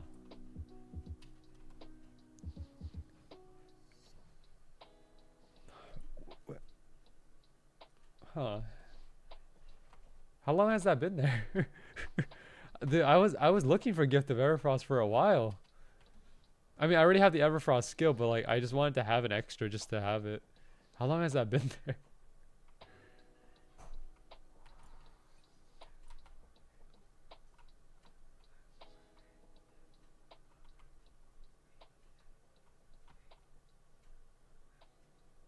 Okay, I get. All right. I mean, Gift of Everfrost, you know.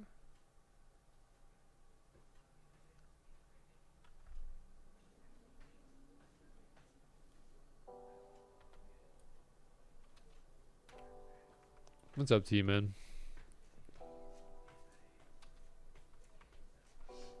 I'm the best defensive midfielder. Congratulations, T-Man. I'm happy for you.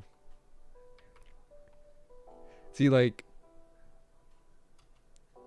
even though I have Don Lorenzo, yeah, I cannot perform to the same level as you guys. I may have Don Lorenzo, but I'm not. But I'm no world-class player.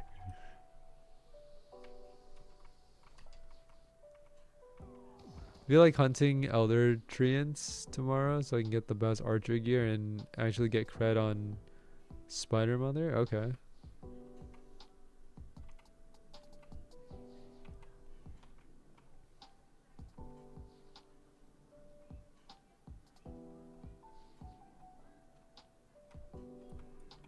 Where am I dragging it? I'm supposed to be dragging it this way. I don't know why I'm dragging it that way.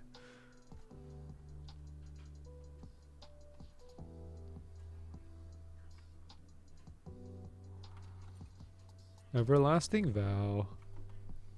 Let's go.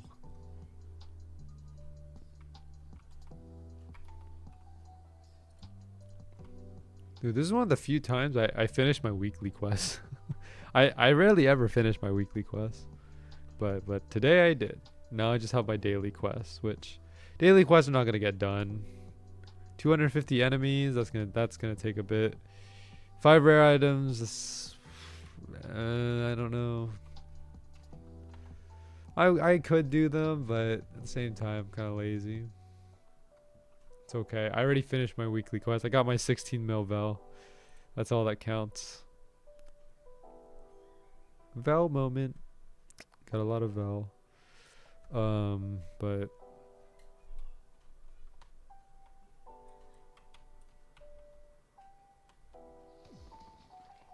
yeah, it's gonna be a tough grind.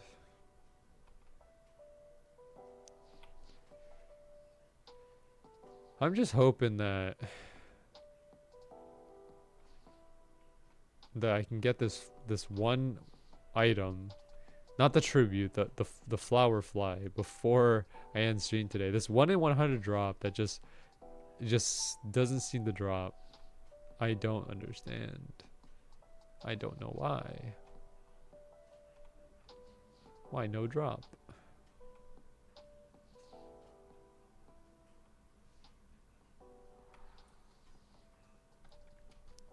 Not happy that the next Runeslayer update is gonna encourage PvP when PvP sucks.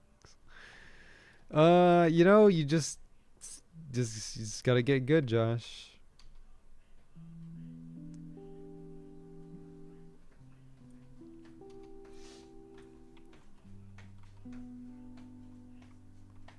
Just gotta PvP, man. You know.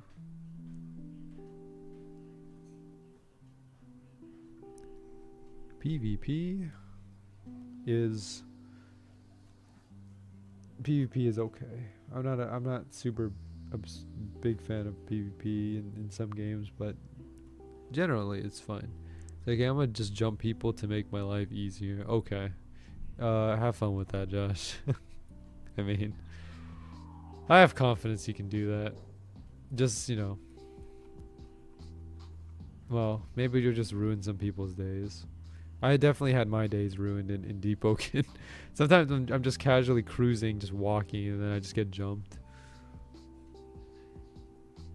Boy summons a demon and I just spam my heavy. Okay. That's awesome.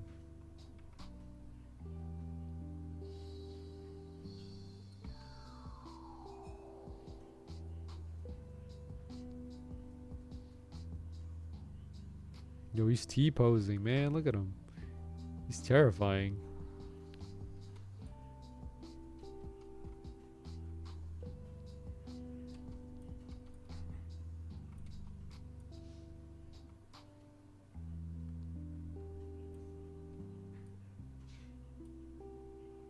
I feel like the only ways for PvP to be viable is like in 2v2 or 3v3s, but not 1v1s. Okay. I mean, I guess so, yeah.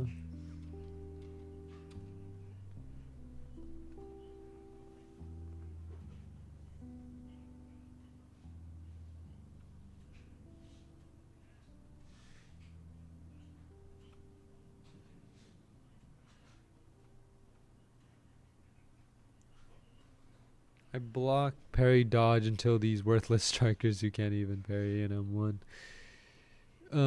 Okay.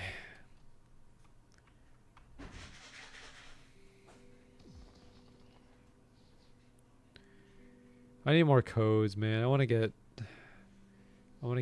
or you know what? I mean, I'm trying to get a good flow right now.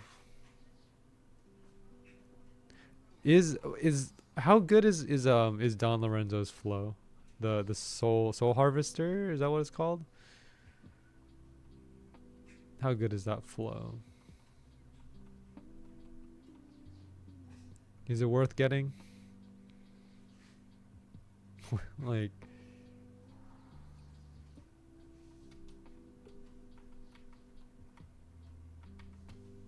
it gives you 10% less cooldowns, more speed, 1 extra header, and 1 extra dribble. Ooh, okay. 1 extra dribble? Okay, that's huge, dude. Like, cause one of the reasons why I wanted to get like Awaken Genius is because of the extra dribble. And you get extra dribble and less cooldowns and an extra header. Ooh, you know, I might need it. I actually might need that. I might need that flow, Josh. You know, like I know you said that. Oh, like Josh, I know that you said that that Awaken Genius is peak, but like, you know, I'm gonna need whatever Don Lorenzo has right there. Less cooldowns, more speed, 1 extra header, and an extra dribble. I don't know, man. That I feel like that kind of goes toe to toe with Awaken Genius.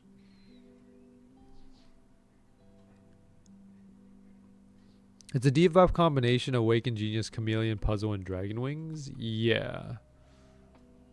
Well, I mean, like, you know, you get all of those in one.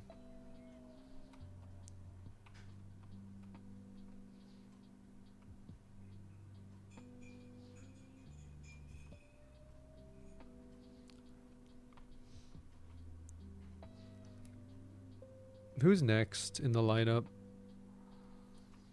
Is wait, do you know who's coming next, Josh? Is it Kaiser? Is Kaiser next, or are they adding someone else? I think, like, so in terms of like most popular character, I feel like if they add in Kaiser's gonna be like one of the most popular characters to be like pulled for. I think everyone's gonna try to pull for Kaiser. Second would probably be like maybe Loki. I know a lot of people like Loki.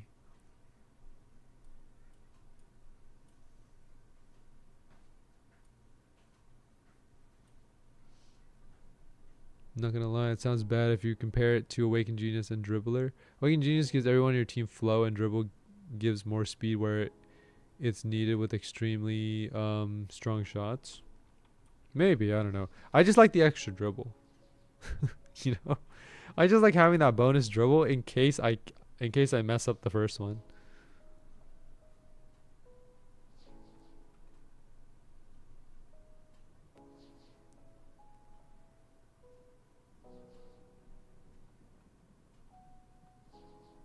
I'm gonna go for 15 more minutes and then I'll end. What if you mess up the second? Then you just use your abilities. Like you would use it the same way that like that you said when about Awaken Genius, Josh. You just dribble twice, use your abilities, and by the time your abilities end, you have your dribbles back up.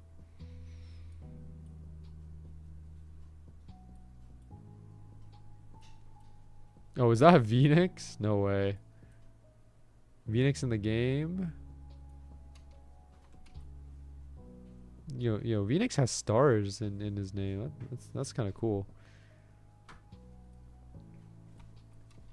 Yeah, true. I like dribbling maybe twice on my way to the goal.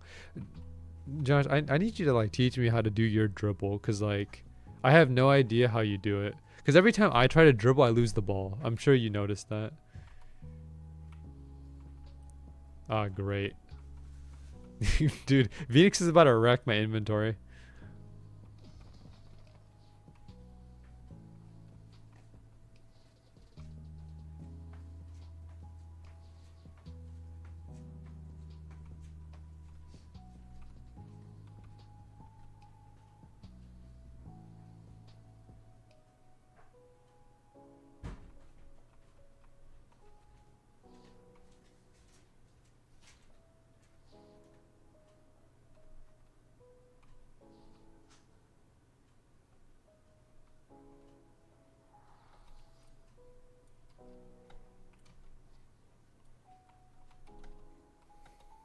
One veil deal.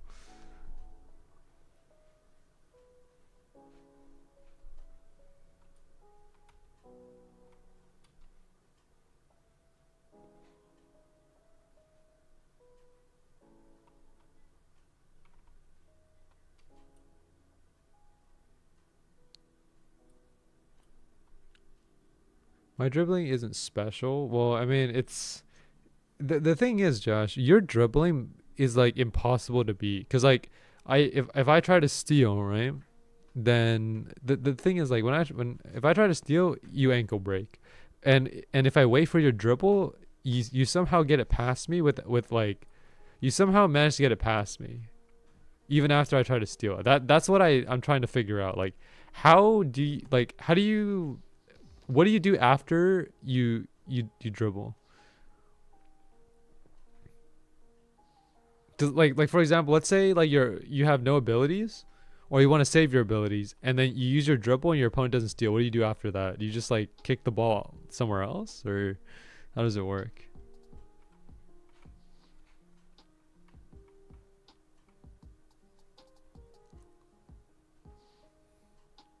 I focus on getting past the opponent's CF and then just focusing CM. I see. Yeah, because like that makes sense, because right wing, left wing are too far. I walk to the side, kick a safe-ish, a safe-ish distance past and keep going. Hey, yo, nice. Yo, you opened up a bag for me. Let's go. Yo, you opened up one bag. Yo, Phoenix is hacking my inventory.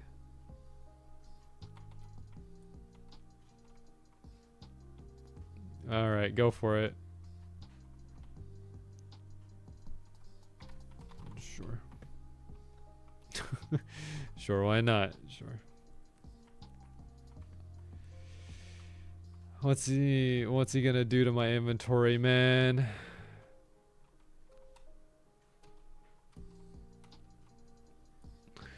You need to know their CF's patterns, and once it's oh jeez.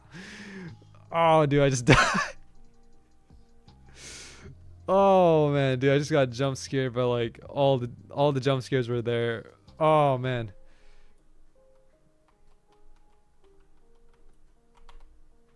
He opened them all up, or no, not all of them. Some of them. It was only 100. Okay, that was nuts. Oh, okay.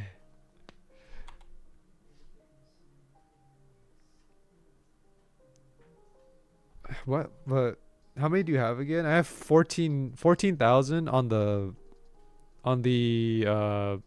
big ones, and then 30,000 on the small ones.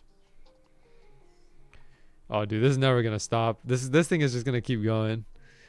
Dude, if you run like a 30,000, I'm gonna end up crashing. It's over for me. Oh man. You need to know if there's CS pattern, and once it's down, it's easy, because if you try to mix up, you can always do something else. Blue Long Run was just a game of predicting and outsmarting. Yeah, that makes sense. That makes a lot of sense.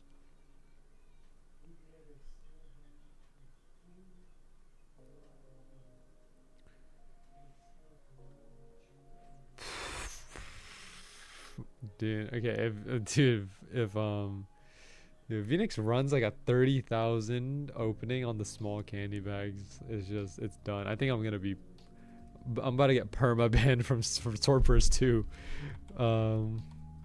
or something. I'm gonna be sent to the stratosphere.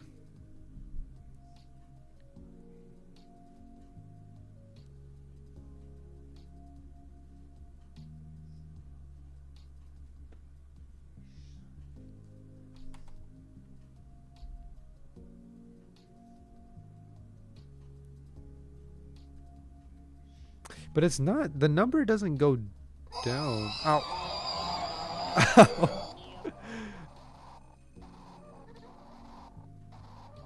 But the number doesn't go down though. It's not go. I don't think it's going down. The number's staying the same. It's not dropping. I'm still at 14,000. Ah.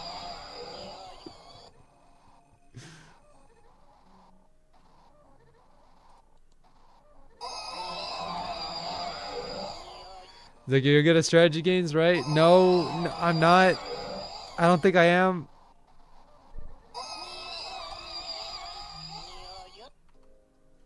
Oh, dude. Okay.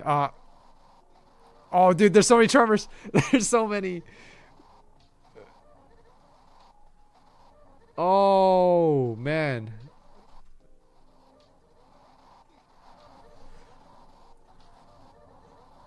This is why I haven't made multi. Yeah. Oh, man. This is bad. Phoenix, what did you do? Phoenix, I can't spawn.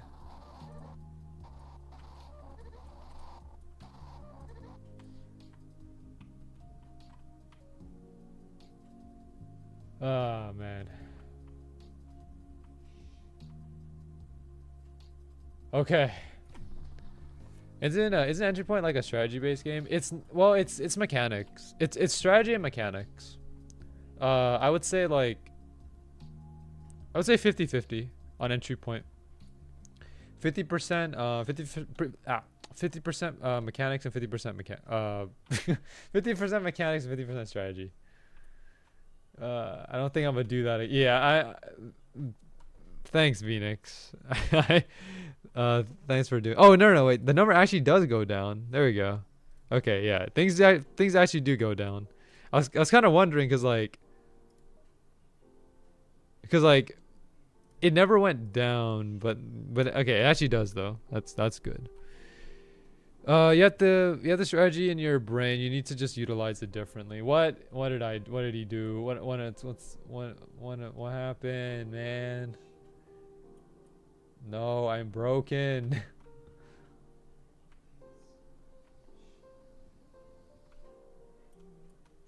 Great. Now I'm just an abomination. Absolutely fantastic.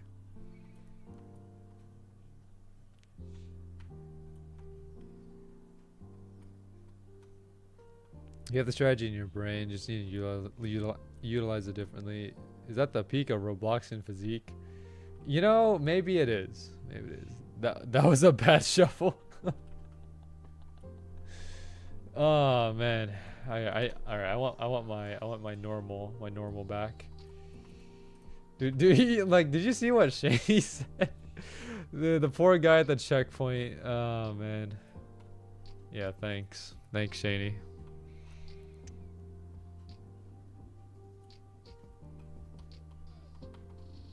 But thanks for testing that out, Phoenix. I appreciate it. Thank you.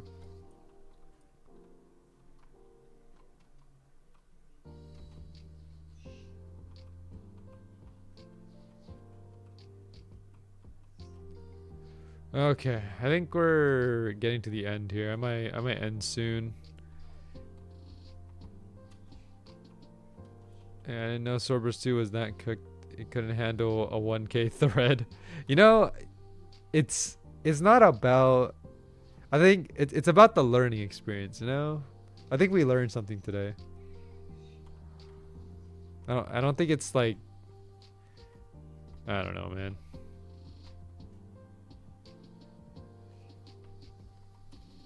We learned good. Yes.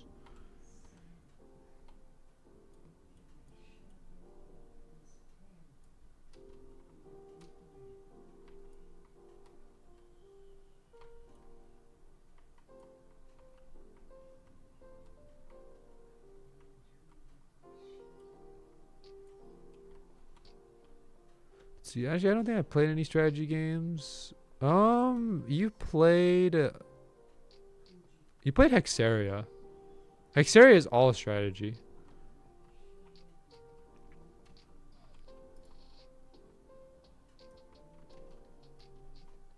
Not for long though, but I mean, but you did play it, Josh. So like, I mean, in technicality, you did play a strategy game.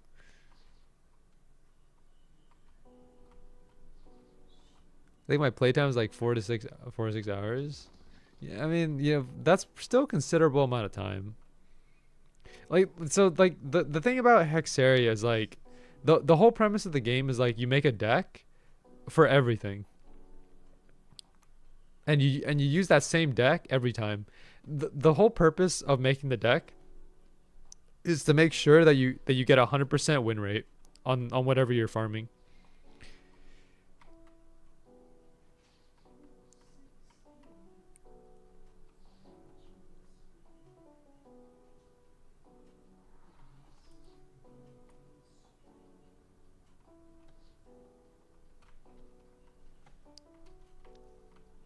If I had to think of another strategy game, I mean, oh, that's scary. Dude, Phoenix Tele TPing in front of me is, yo, dude, I don't know what he's gonna do. Every time I see like a dev or a contributor just TP in front of me, or I just get very scared. Because Phoenix can do anything, you know? For all I know, Phoenix could just straight up delete my entire inventory. and I can't do anything about that.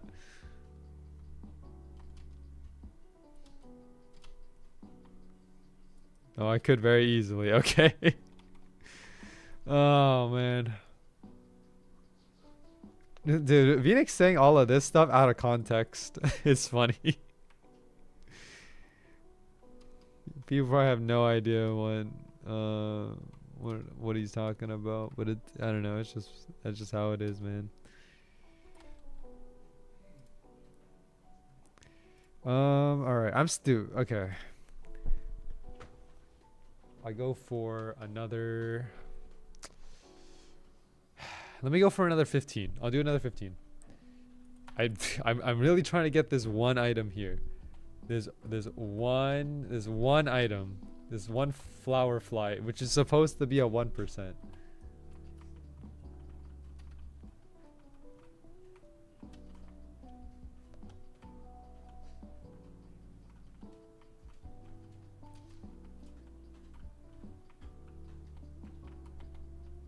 But don't worry, we will get it. Let's not talk about this tribute though.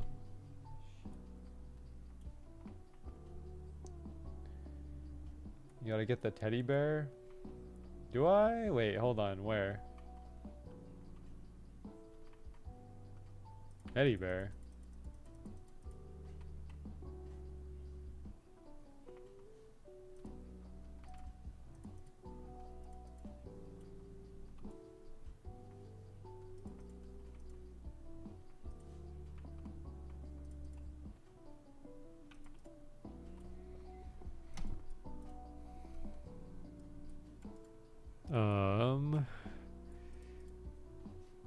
Oh no, well, don't worry, I'll get him.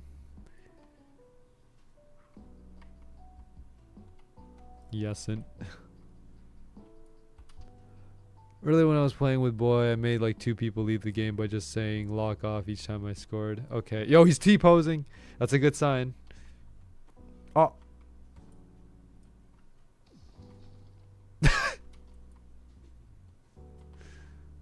What happened? This is the one, never mind. Yeah, I'm sure it is. I'm sure it is. Oh, yo, he's massive.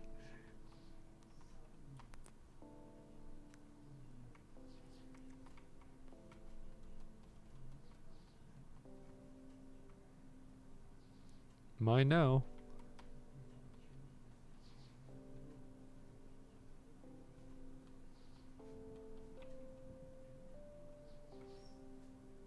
Yo, Dev, can I get Berserk animation for free? Yo, dude, let's go. I got stolen love. I got an item, not the item I wanted though. We did get an item, dude. All right, this is the highlight right here. Can I get the Berserk animation for free, dude? That is funny.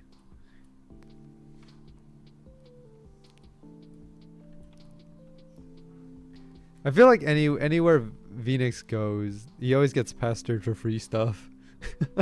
It's like how they like whenever BGM asks what they want him to stream, people are just like, oh, stream Swordburst 2.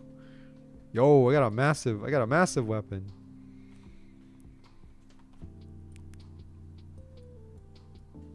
Let's go. Does it actually have range?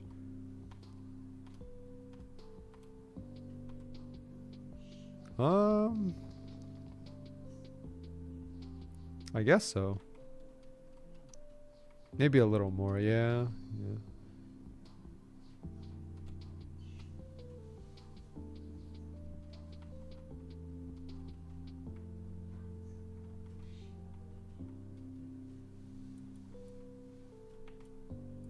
What happens if I unequip it? Oh man, this is fun.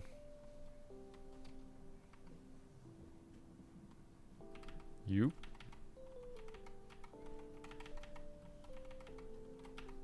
Meteor shot. Oh, nice. We finally got him. Hold on. How many kills do I have on Broken Bearus? 223. 223 kills. We managed to get all of this. But not this, man. Not this.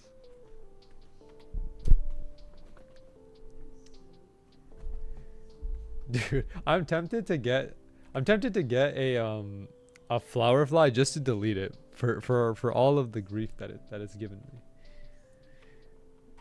Like this is as much grief as I experience as the what's it called, the Road of Despair challenge that I did like a couple months ago. The 40 hours that I put in to get that Requiem, this is what I'm feeling right now for this right here.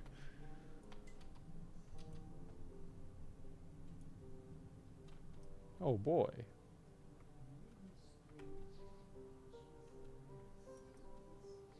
The things he did to me while deving I can't disclose. Oh boy. I don't know if I want to hear about that.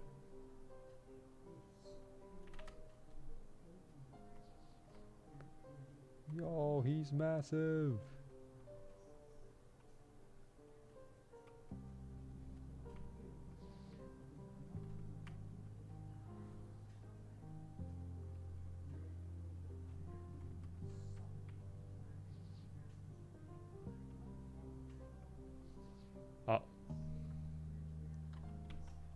Oh, he's gonna stomp me to the ground. Oh, okay.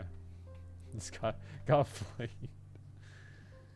You just stepped on me, man. Just got crushed. Wait, wait, I'm losing credit. No.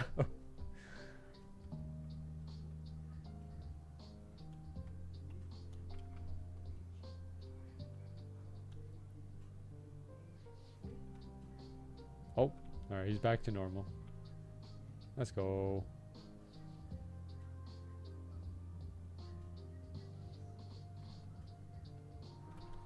$18,000 Val. Wait, what happened to you? He sacrificed size for power.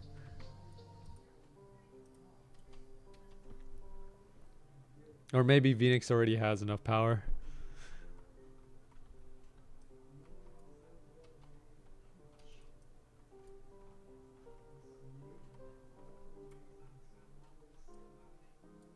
Oh.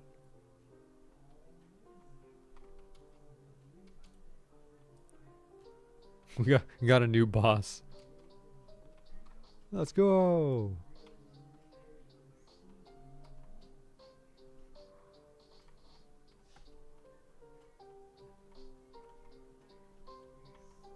What if there was a boss where you could fight contributors? You know how many people would you know how many people would want to fight Yato?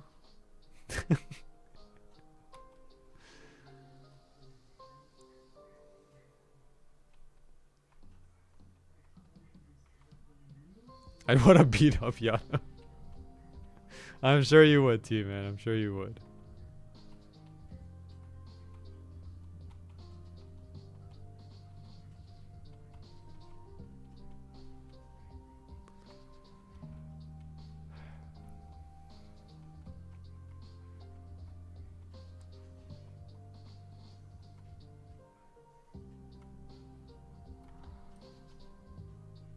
Brother. Where's my drops, man?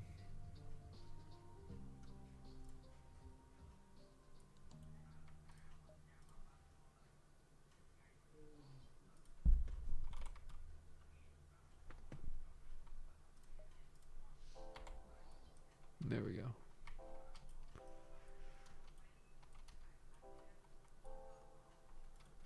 It's so dark at 6 p.m. Really? It's still kind of light for me. Like you just open your eyes. Dang. Dang, dude. T-Man just out of nowhere, man.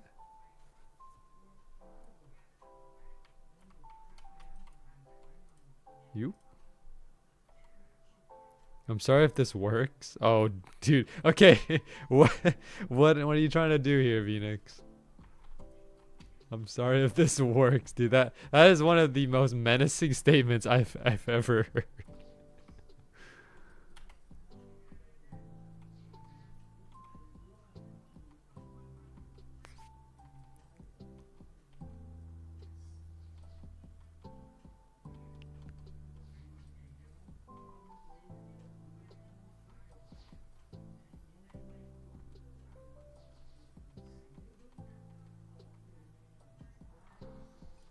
Woohoo, small candy bag.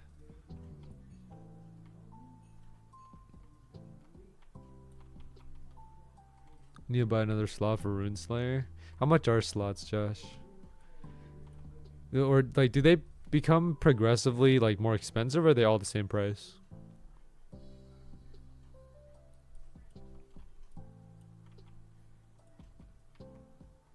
$150. That's not too bad, actually.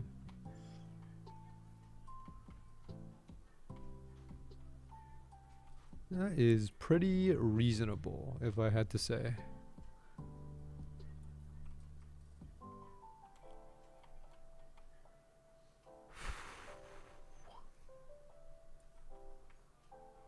So I can nuke T-Man? This constant back and forth.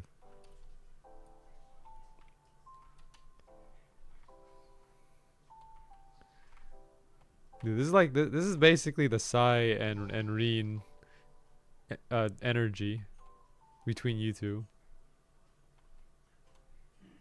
Who's Sai and who's Reen and who's Reen?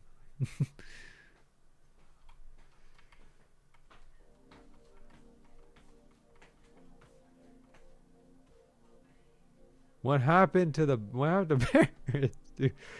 That's so scary. What happened to him, man? I already got my cred anyways.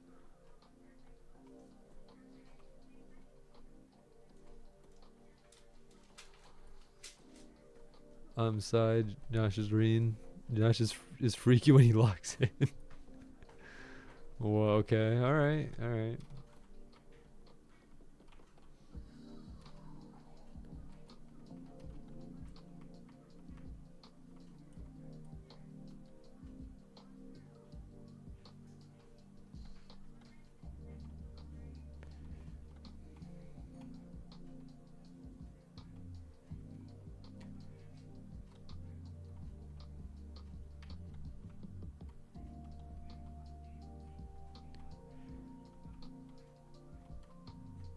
I'd like to think that I'm a Yukimiya, but I'm more like a Naruhaya.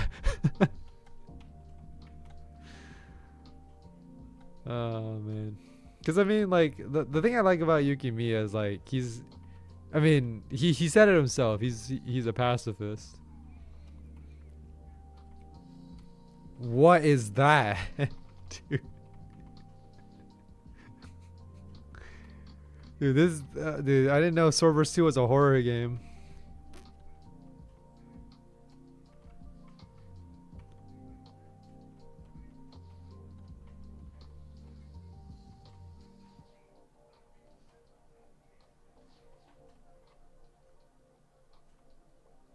I like crushing people's hopes of winning. That's great, Josh, you know? Peak game. Oh no. Uh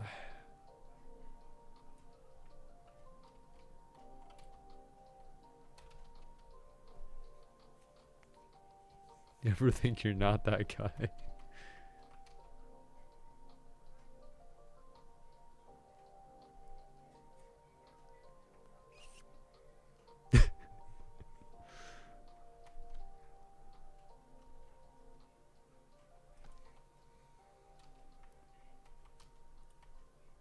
Skill issue.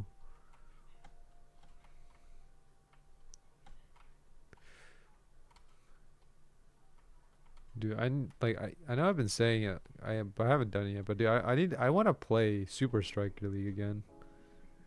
I need to see like if Blue Lock Rivals translates to just Super Striker League. I really do, cause like, man, I just remember, like, I don't know, who's the better striker, me or T-Man? I mean, I don't know. That's hard to say, cause I haven't watched like, I mean, like yeah, I've seen your guys' play style, but it's hard to say. I think if anything, I've seen more of Josh be a striker, cause like, I just have that image, like seared into my mind of Josh doing a delayed shot or a fake shot. Every time I see Josh approach the goal, he just does the same fake or same delay. That's just ingrained in my mind right now.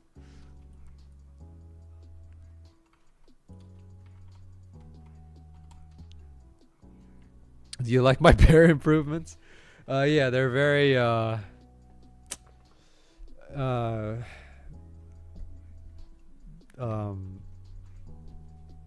I don't even know what to say, man. They are very they're I don't even have a single word to describe them.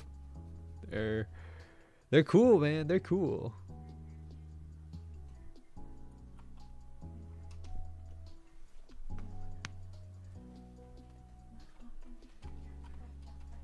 So yo, T-Man didn't deny it. He didn't deny it, man. He didn't deny it.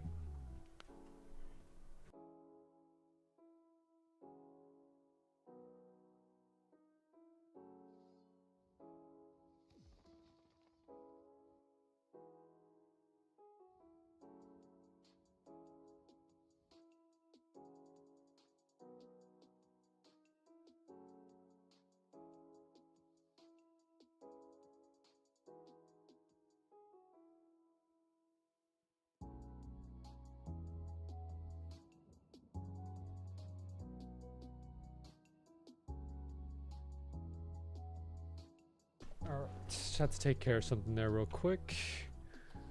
I'm exactly like Sho in the U20 game down to the word. Oh, okay, that's something else then.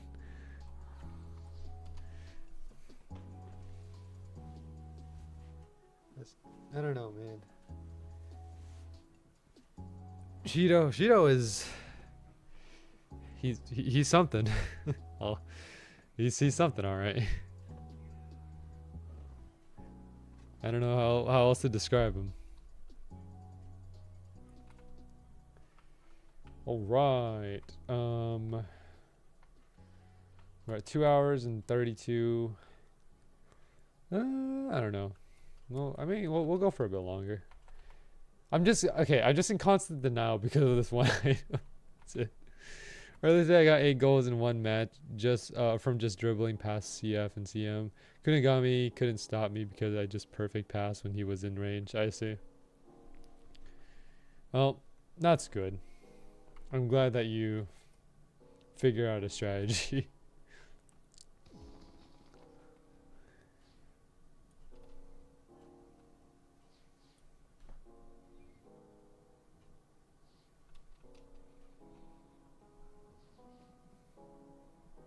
Always bully the Kunigami. Is Kunigami that hated in the rivals community? Does everyone hate Kunigami? That includes T-Man. Oh man.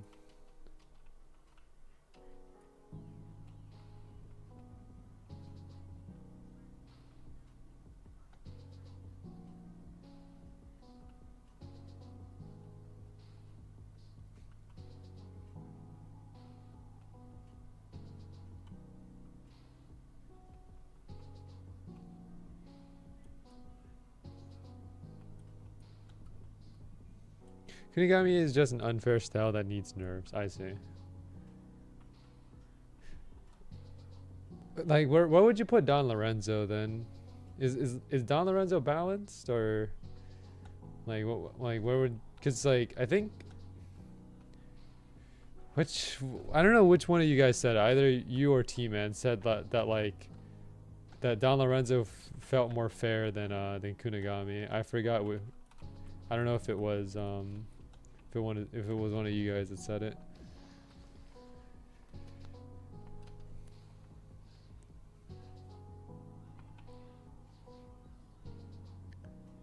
Third best, not gonna lie, because his awakening shot is too weak for scoring midfield. So community is 50-50 on him. Okay. Okay, got it. The thing is though, like his shot, right? His shot it doesn't always shoot because like it goes to the ace. So that means like if you're not the ace, it wouldn't just pass it to the it would just pass it to your ace, right? Because I think that's what happened yesterday, where I tried to score it and then it didn't go in the goal. It just passed it to Josh. So it's not a shot, it's more of a pass, right?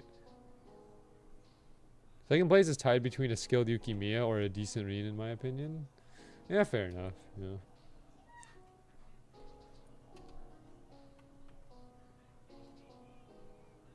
Is Shido not on the list at all? Like I feel like Shido is just like an automatic win with his shots.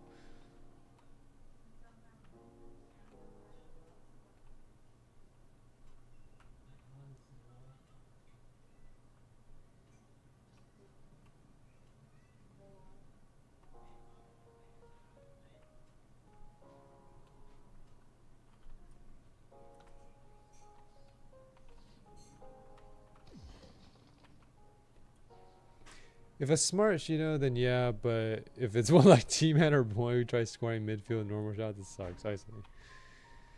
Well, it is what it is.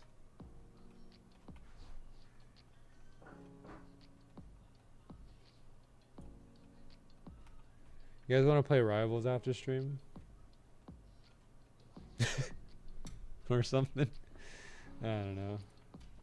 Or maybe we could play volleyball legends or something. Because I know T-Man wanted to play it yesterday. I didn't get a chance to play it.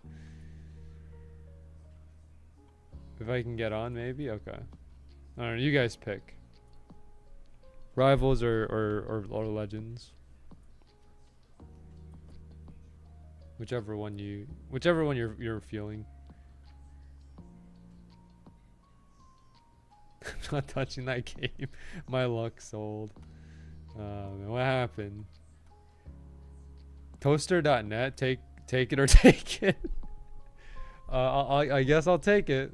I guess I'll take it. What does that mean? What is Toaster.net? Sorry, I'm a bit behind on the times here.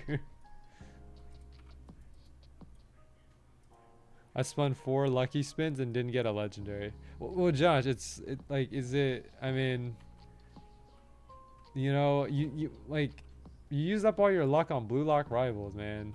You can't expect to get a legendary, you know, in legends.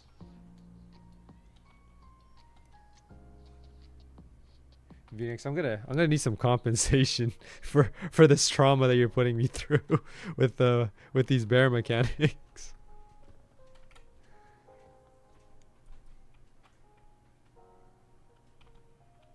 You're so right. Oh man, I got you, don't worry. Okay. Bro's gonna pull a 180 on me.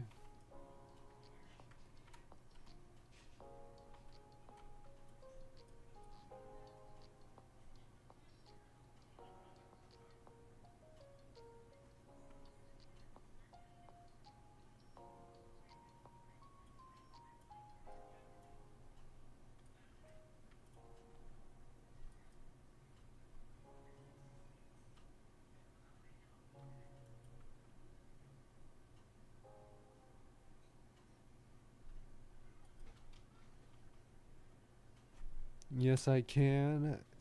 No. No, Josh, that's not how it works. Legendaries just don't come and go as easily, you know?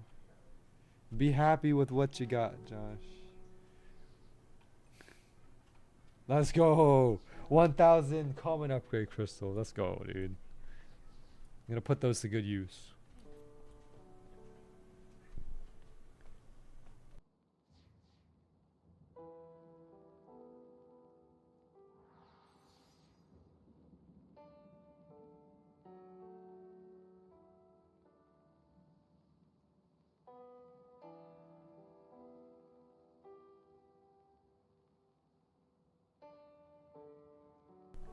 I remember that I used to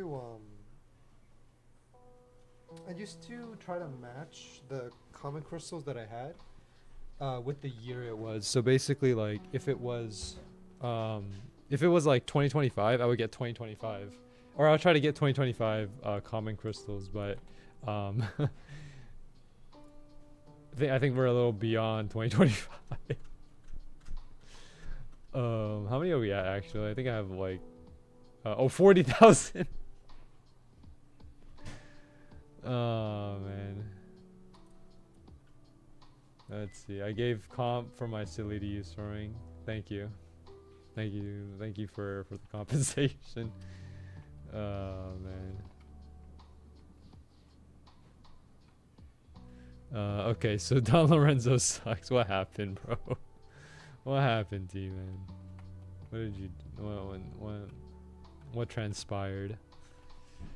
Let's see. I'm gonna need those common crystals for my steel longswords. I mean, you can do a lot with 1,000 common crystals, honestly. I was spamming Yo Michael for a solid 30 seconds next to a dude and it never worked. I think it only, well, it glitches out. I know that for a fact. It does glitch out because like I tried using it on Josh yesterday, it just wouldn't work. Something, or maybe it's like some kind of like condition to use it, but yeah, I couldn't get it to work. You might need to be in front of the person, maybe. Yeah, might be right. Maybe, I don't know. You can test that out. Not that? Okay. I don't know, man. I don't know. Ball needs to be close. That's the thing. Like when I spam it, it says the ball needs to be close. I get close and then it doesn't work. That's what happened yesterday. Okay, so what's the condition, man? What's, you know? So what's the condition then? You can't you steal if they try shooting? You can, yeah. You could pull off a Karasu. We should play some volleyball legends after stream and bully Josh. Okay, well, I know nothing about Haikyuu, by the way. I've never watched. I've watched clips of Haikyuu, but I don't know any of the characters. So I don't know like who's good and who's not. But I have watched Kuroko no Basket though. I watched the entirety of Kuroko no Basket. Whenever the Kuroko game is out or something. I think it's already out, but it's whatever. Maybe I'll try it out later.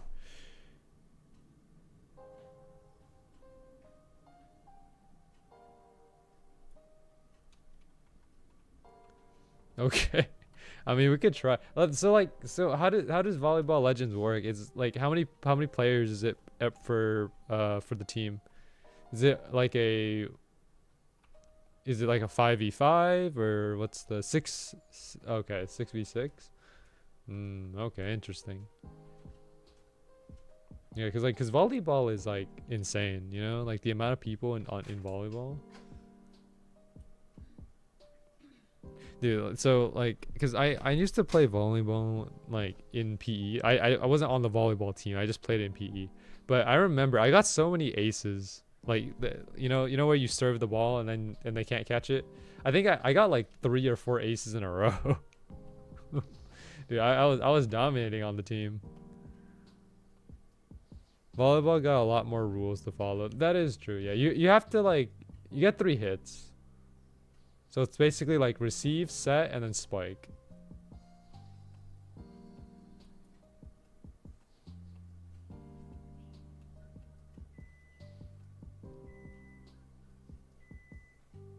Is it legal to nuke someone's house mid-game? I think it's more than not legal. That sounds more like unnecessary destruction, but you know, I think so. I saw a guy tackle the ref mid-game before. Oh.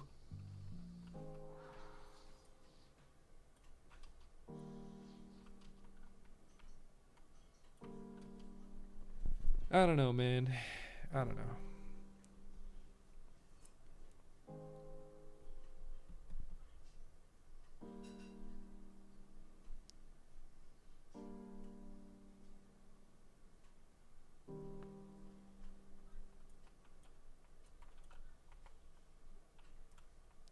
Let's see. I like how Phoenix gets like you can notice the contributors. You just scroll through the player list and they're just there. Big old colors. Colors.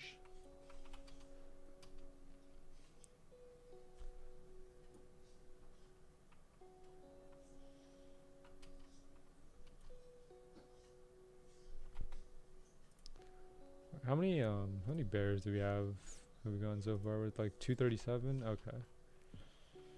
Alright, I mean, I'll farm throughout the week to try to get this one item here, and then next weekend we'll come back and farm the we'll farm the tribute. After stream, I'm gonna head over to Helmfirth to farm Rekindled again, because Rekindled is, I think, one of the best sources of Val right now. I could go to Atheon, but I want to AFK farm, so I'll just go to Helmfirth.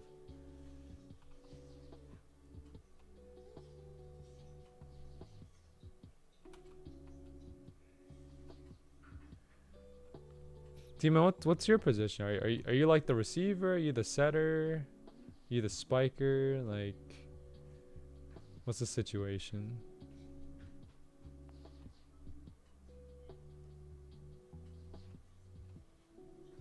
There isn't really position in the game. You just do it. Okay, I see.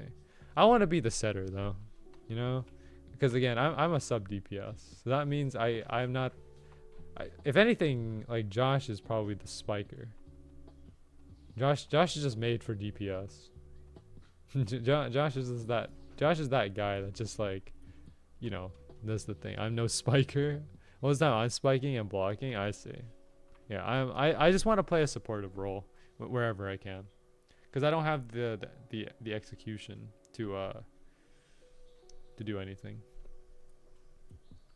My style is made for jumping and serving. I see. I'm no spiker. Well, you know, you can be a receiver, Josh. How about that? Does it work the same way, where you have to like be level 10 to use codes, or can you use codes like right away?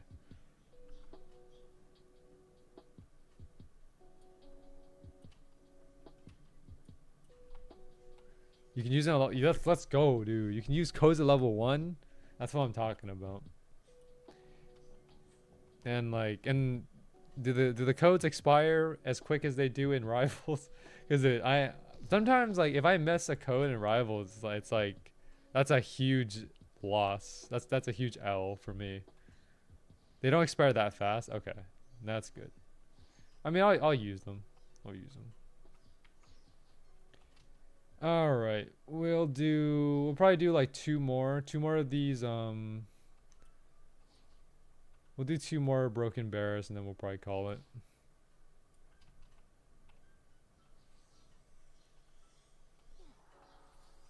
Yeah, because we're starting to lose people here, so I think it's a good time to kind of call it here. 2 more. So we'll do this one and then 1 more. But thank you to Venix for dropping by. I had a lot of fun. A lot of shenanigans, you know? But it was fun.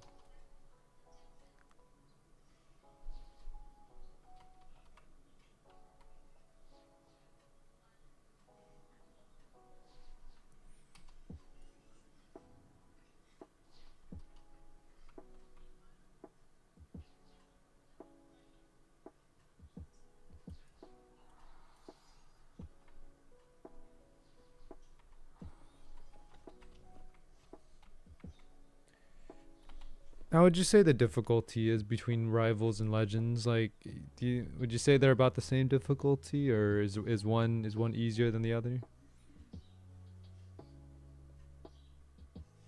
What's the consensus?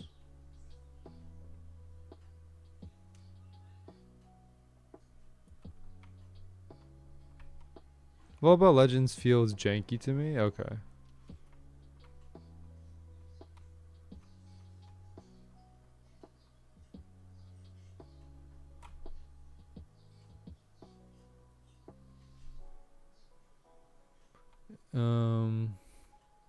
And you might use your skill like 2 or 3 times per match. I see. All right. I mean, I guess I'll figure it out once we actually get into it. Are we practicing in a private server first, or are we just going straight into a game?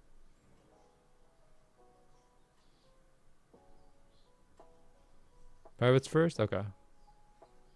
I'll just use the Woven account. Woven account at this point just does anything.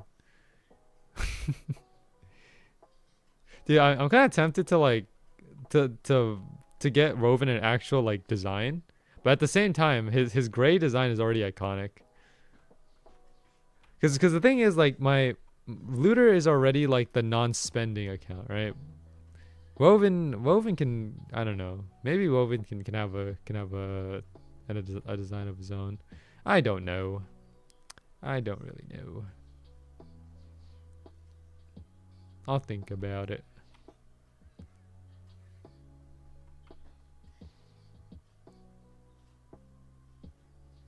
Woven by False Fates, man. I still think about the, like, I think about the name that I made, and you know what, dude? Honestly, I think I cooked with the name. All right, I'm gonna head over to Helmfirth real quick, and then I'll end. So let me go ahead and head over. Why is there? Okay, this is a 20 server. Okay, let me head over to. Let's do a 21. I don't want too many people.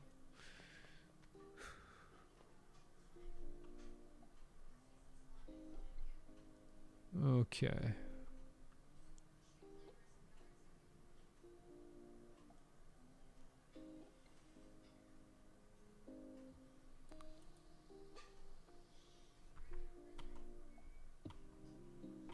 Let's go ahead and set this up. Get the checkpoint here. Good. And then we just set ourselves up. Ooh, nice. It spawned right on time. Just gonna go ahead and put myself here in the center. There we go. We got 22. And then I just gotta make sure I don't lag when I open up my inventory. I think we made good progress today. We got the 1 in 1,000 item. That's good. So yeah. All right. Well, anyways, if you guys enjoyed today's stream, make sure to like, comment, subscribe. If you want to see some more Swordburst 2, you have any other games you want me to stream, make sure to let me know in the comment section, live chat, or the Discord server. Special thanks to everyone who tuned into today's stream. Turdy, Junior, Vision, Venix, Josh, Nick, T-Man. Yeah. We'll be back next Saturday. Next Saturday, we're probably going to be doing this again. The Broken Bearus, but we also might do Wuthering Waves as well, because Brent is coming out on Thursday, and I do want to cover him in a stream, so maybe I'll do Wuthering Waves either Saturday or Sunday. I'm not sure, but we'll see, because I want to actually do like some polls on stream and see how we do. So yeah, anyways, that's it for now. I'll catch you guys later, and have a great rest of your day. Thank you so much.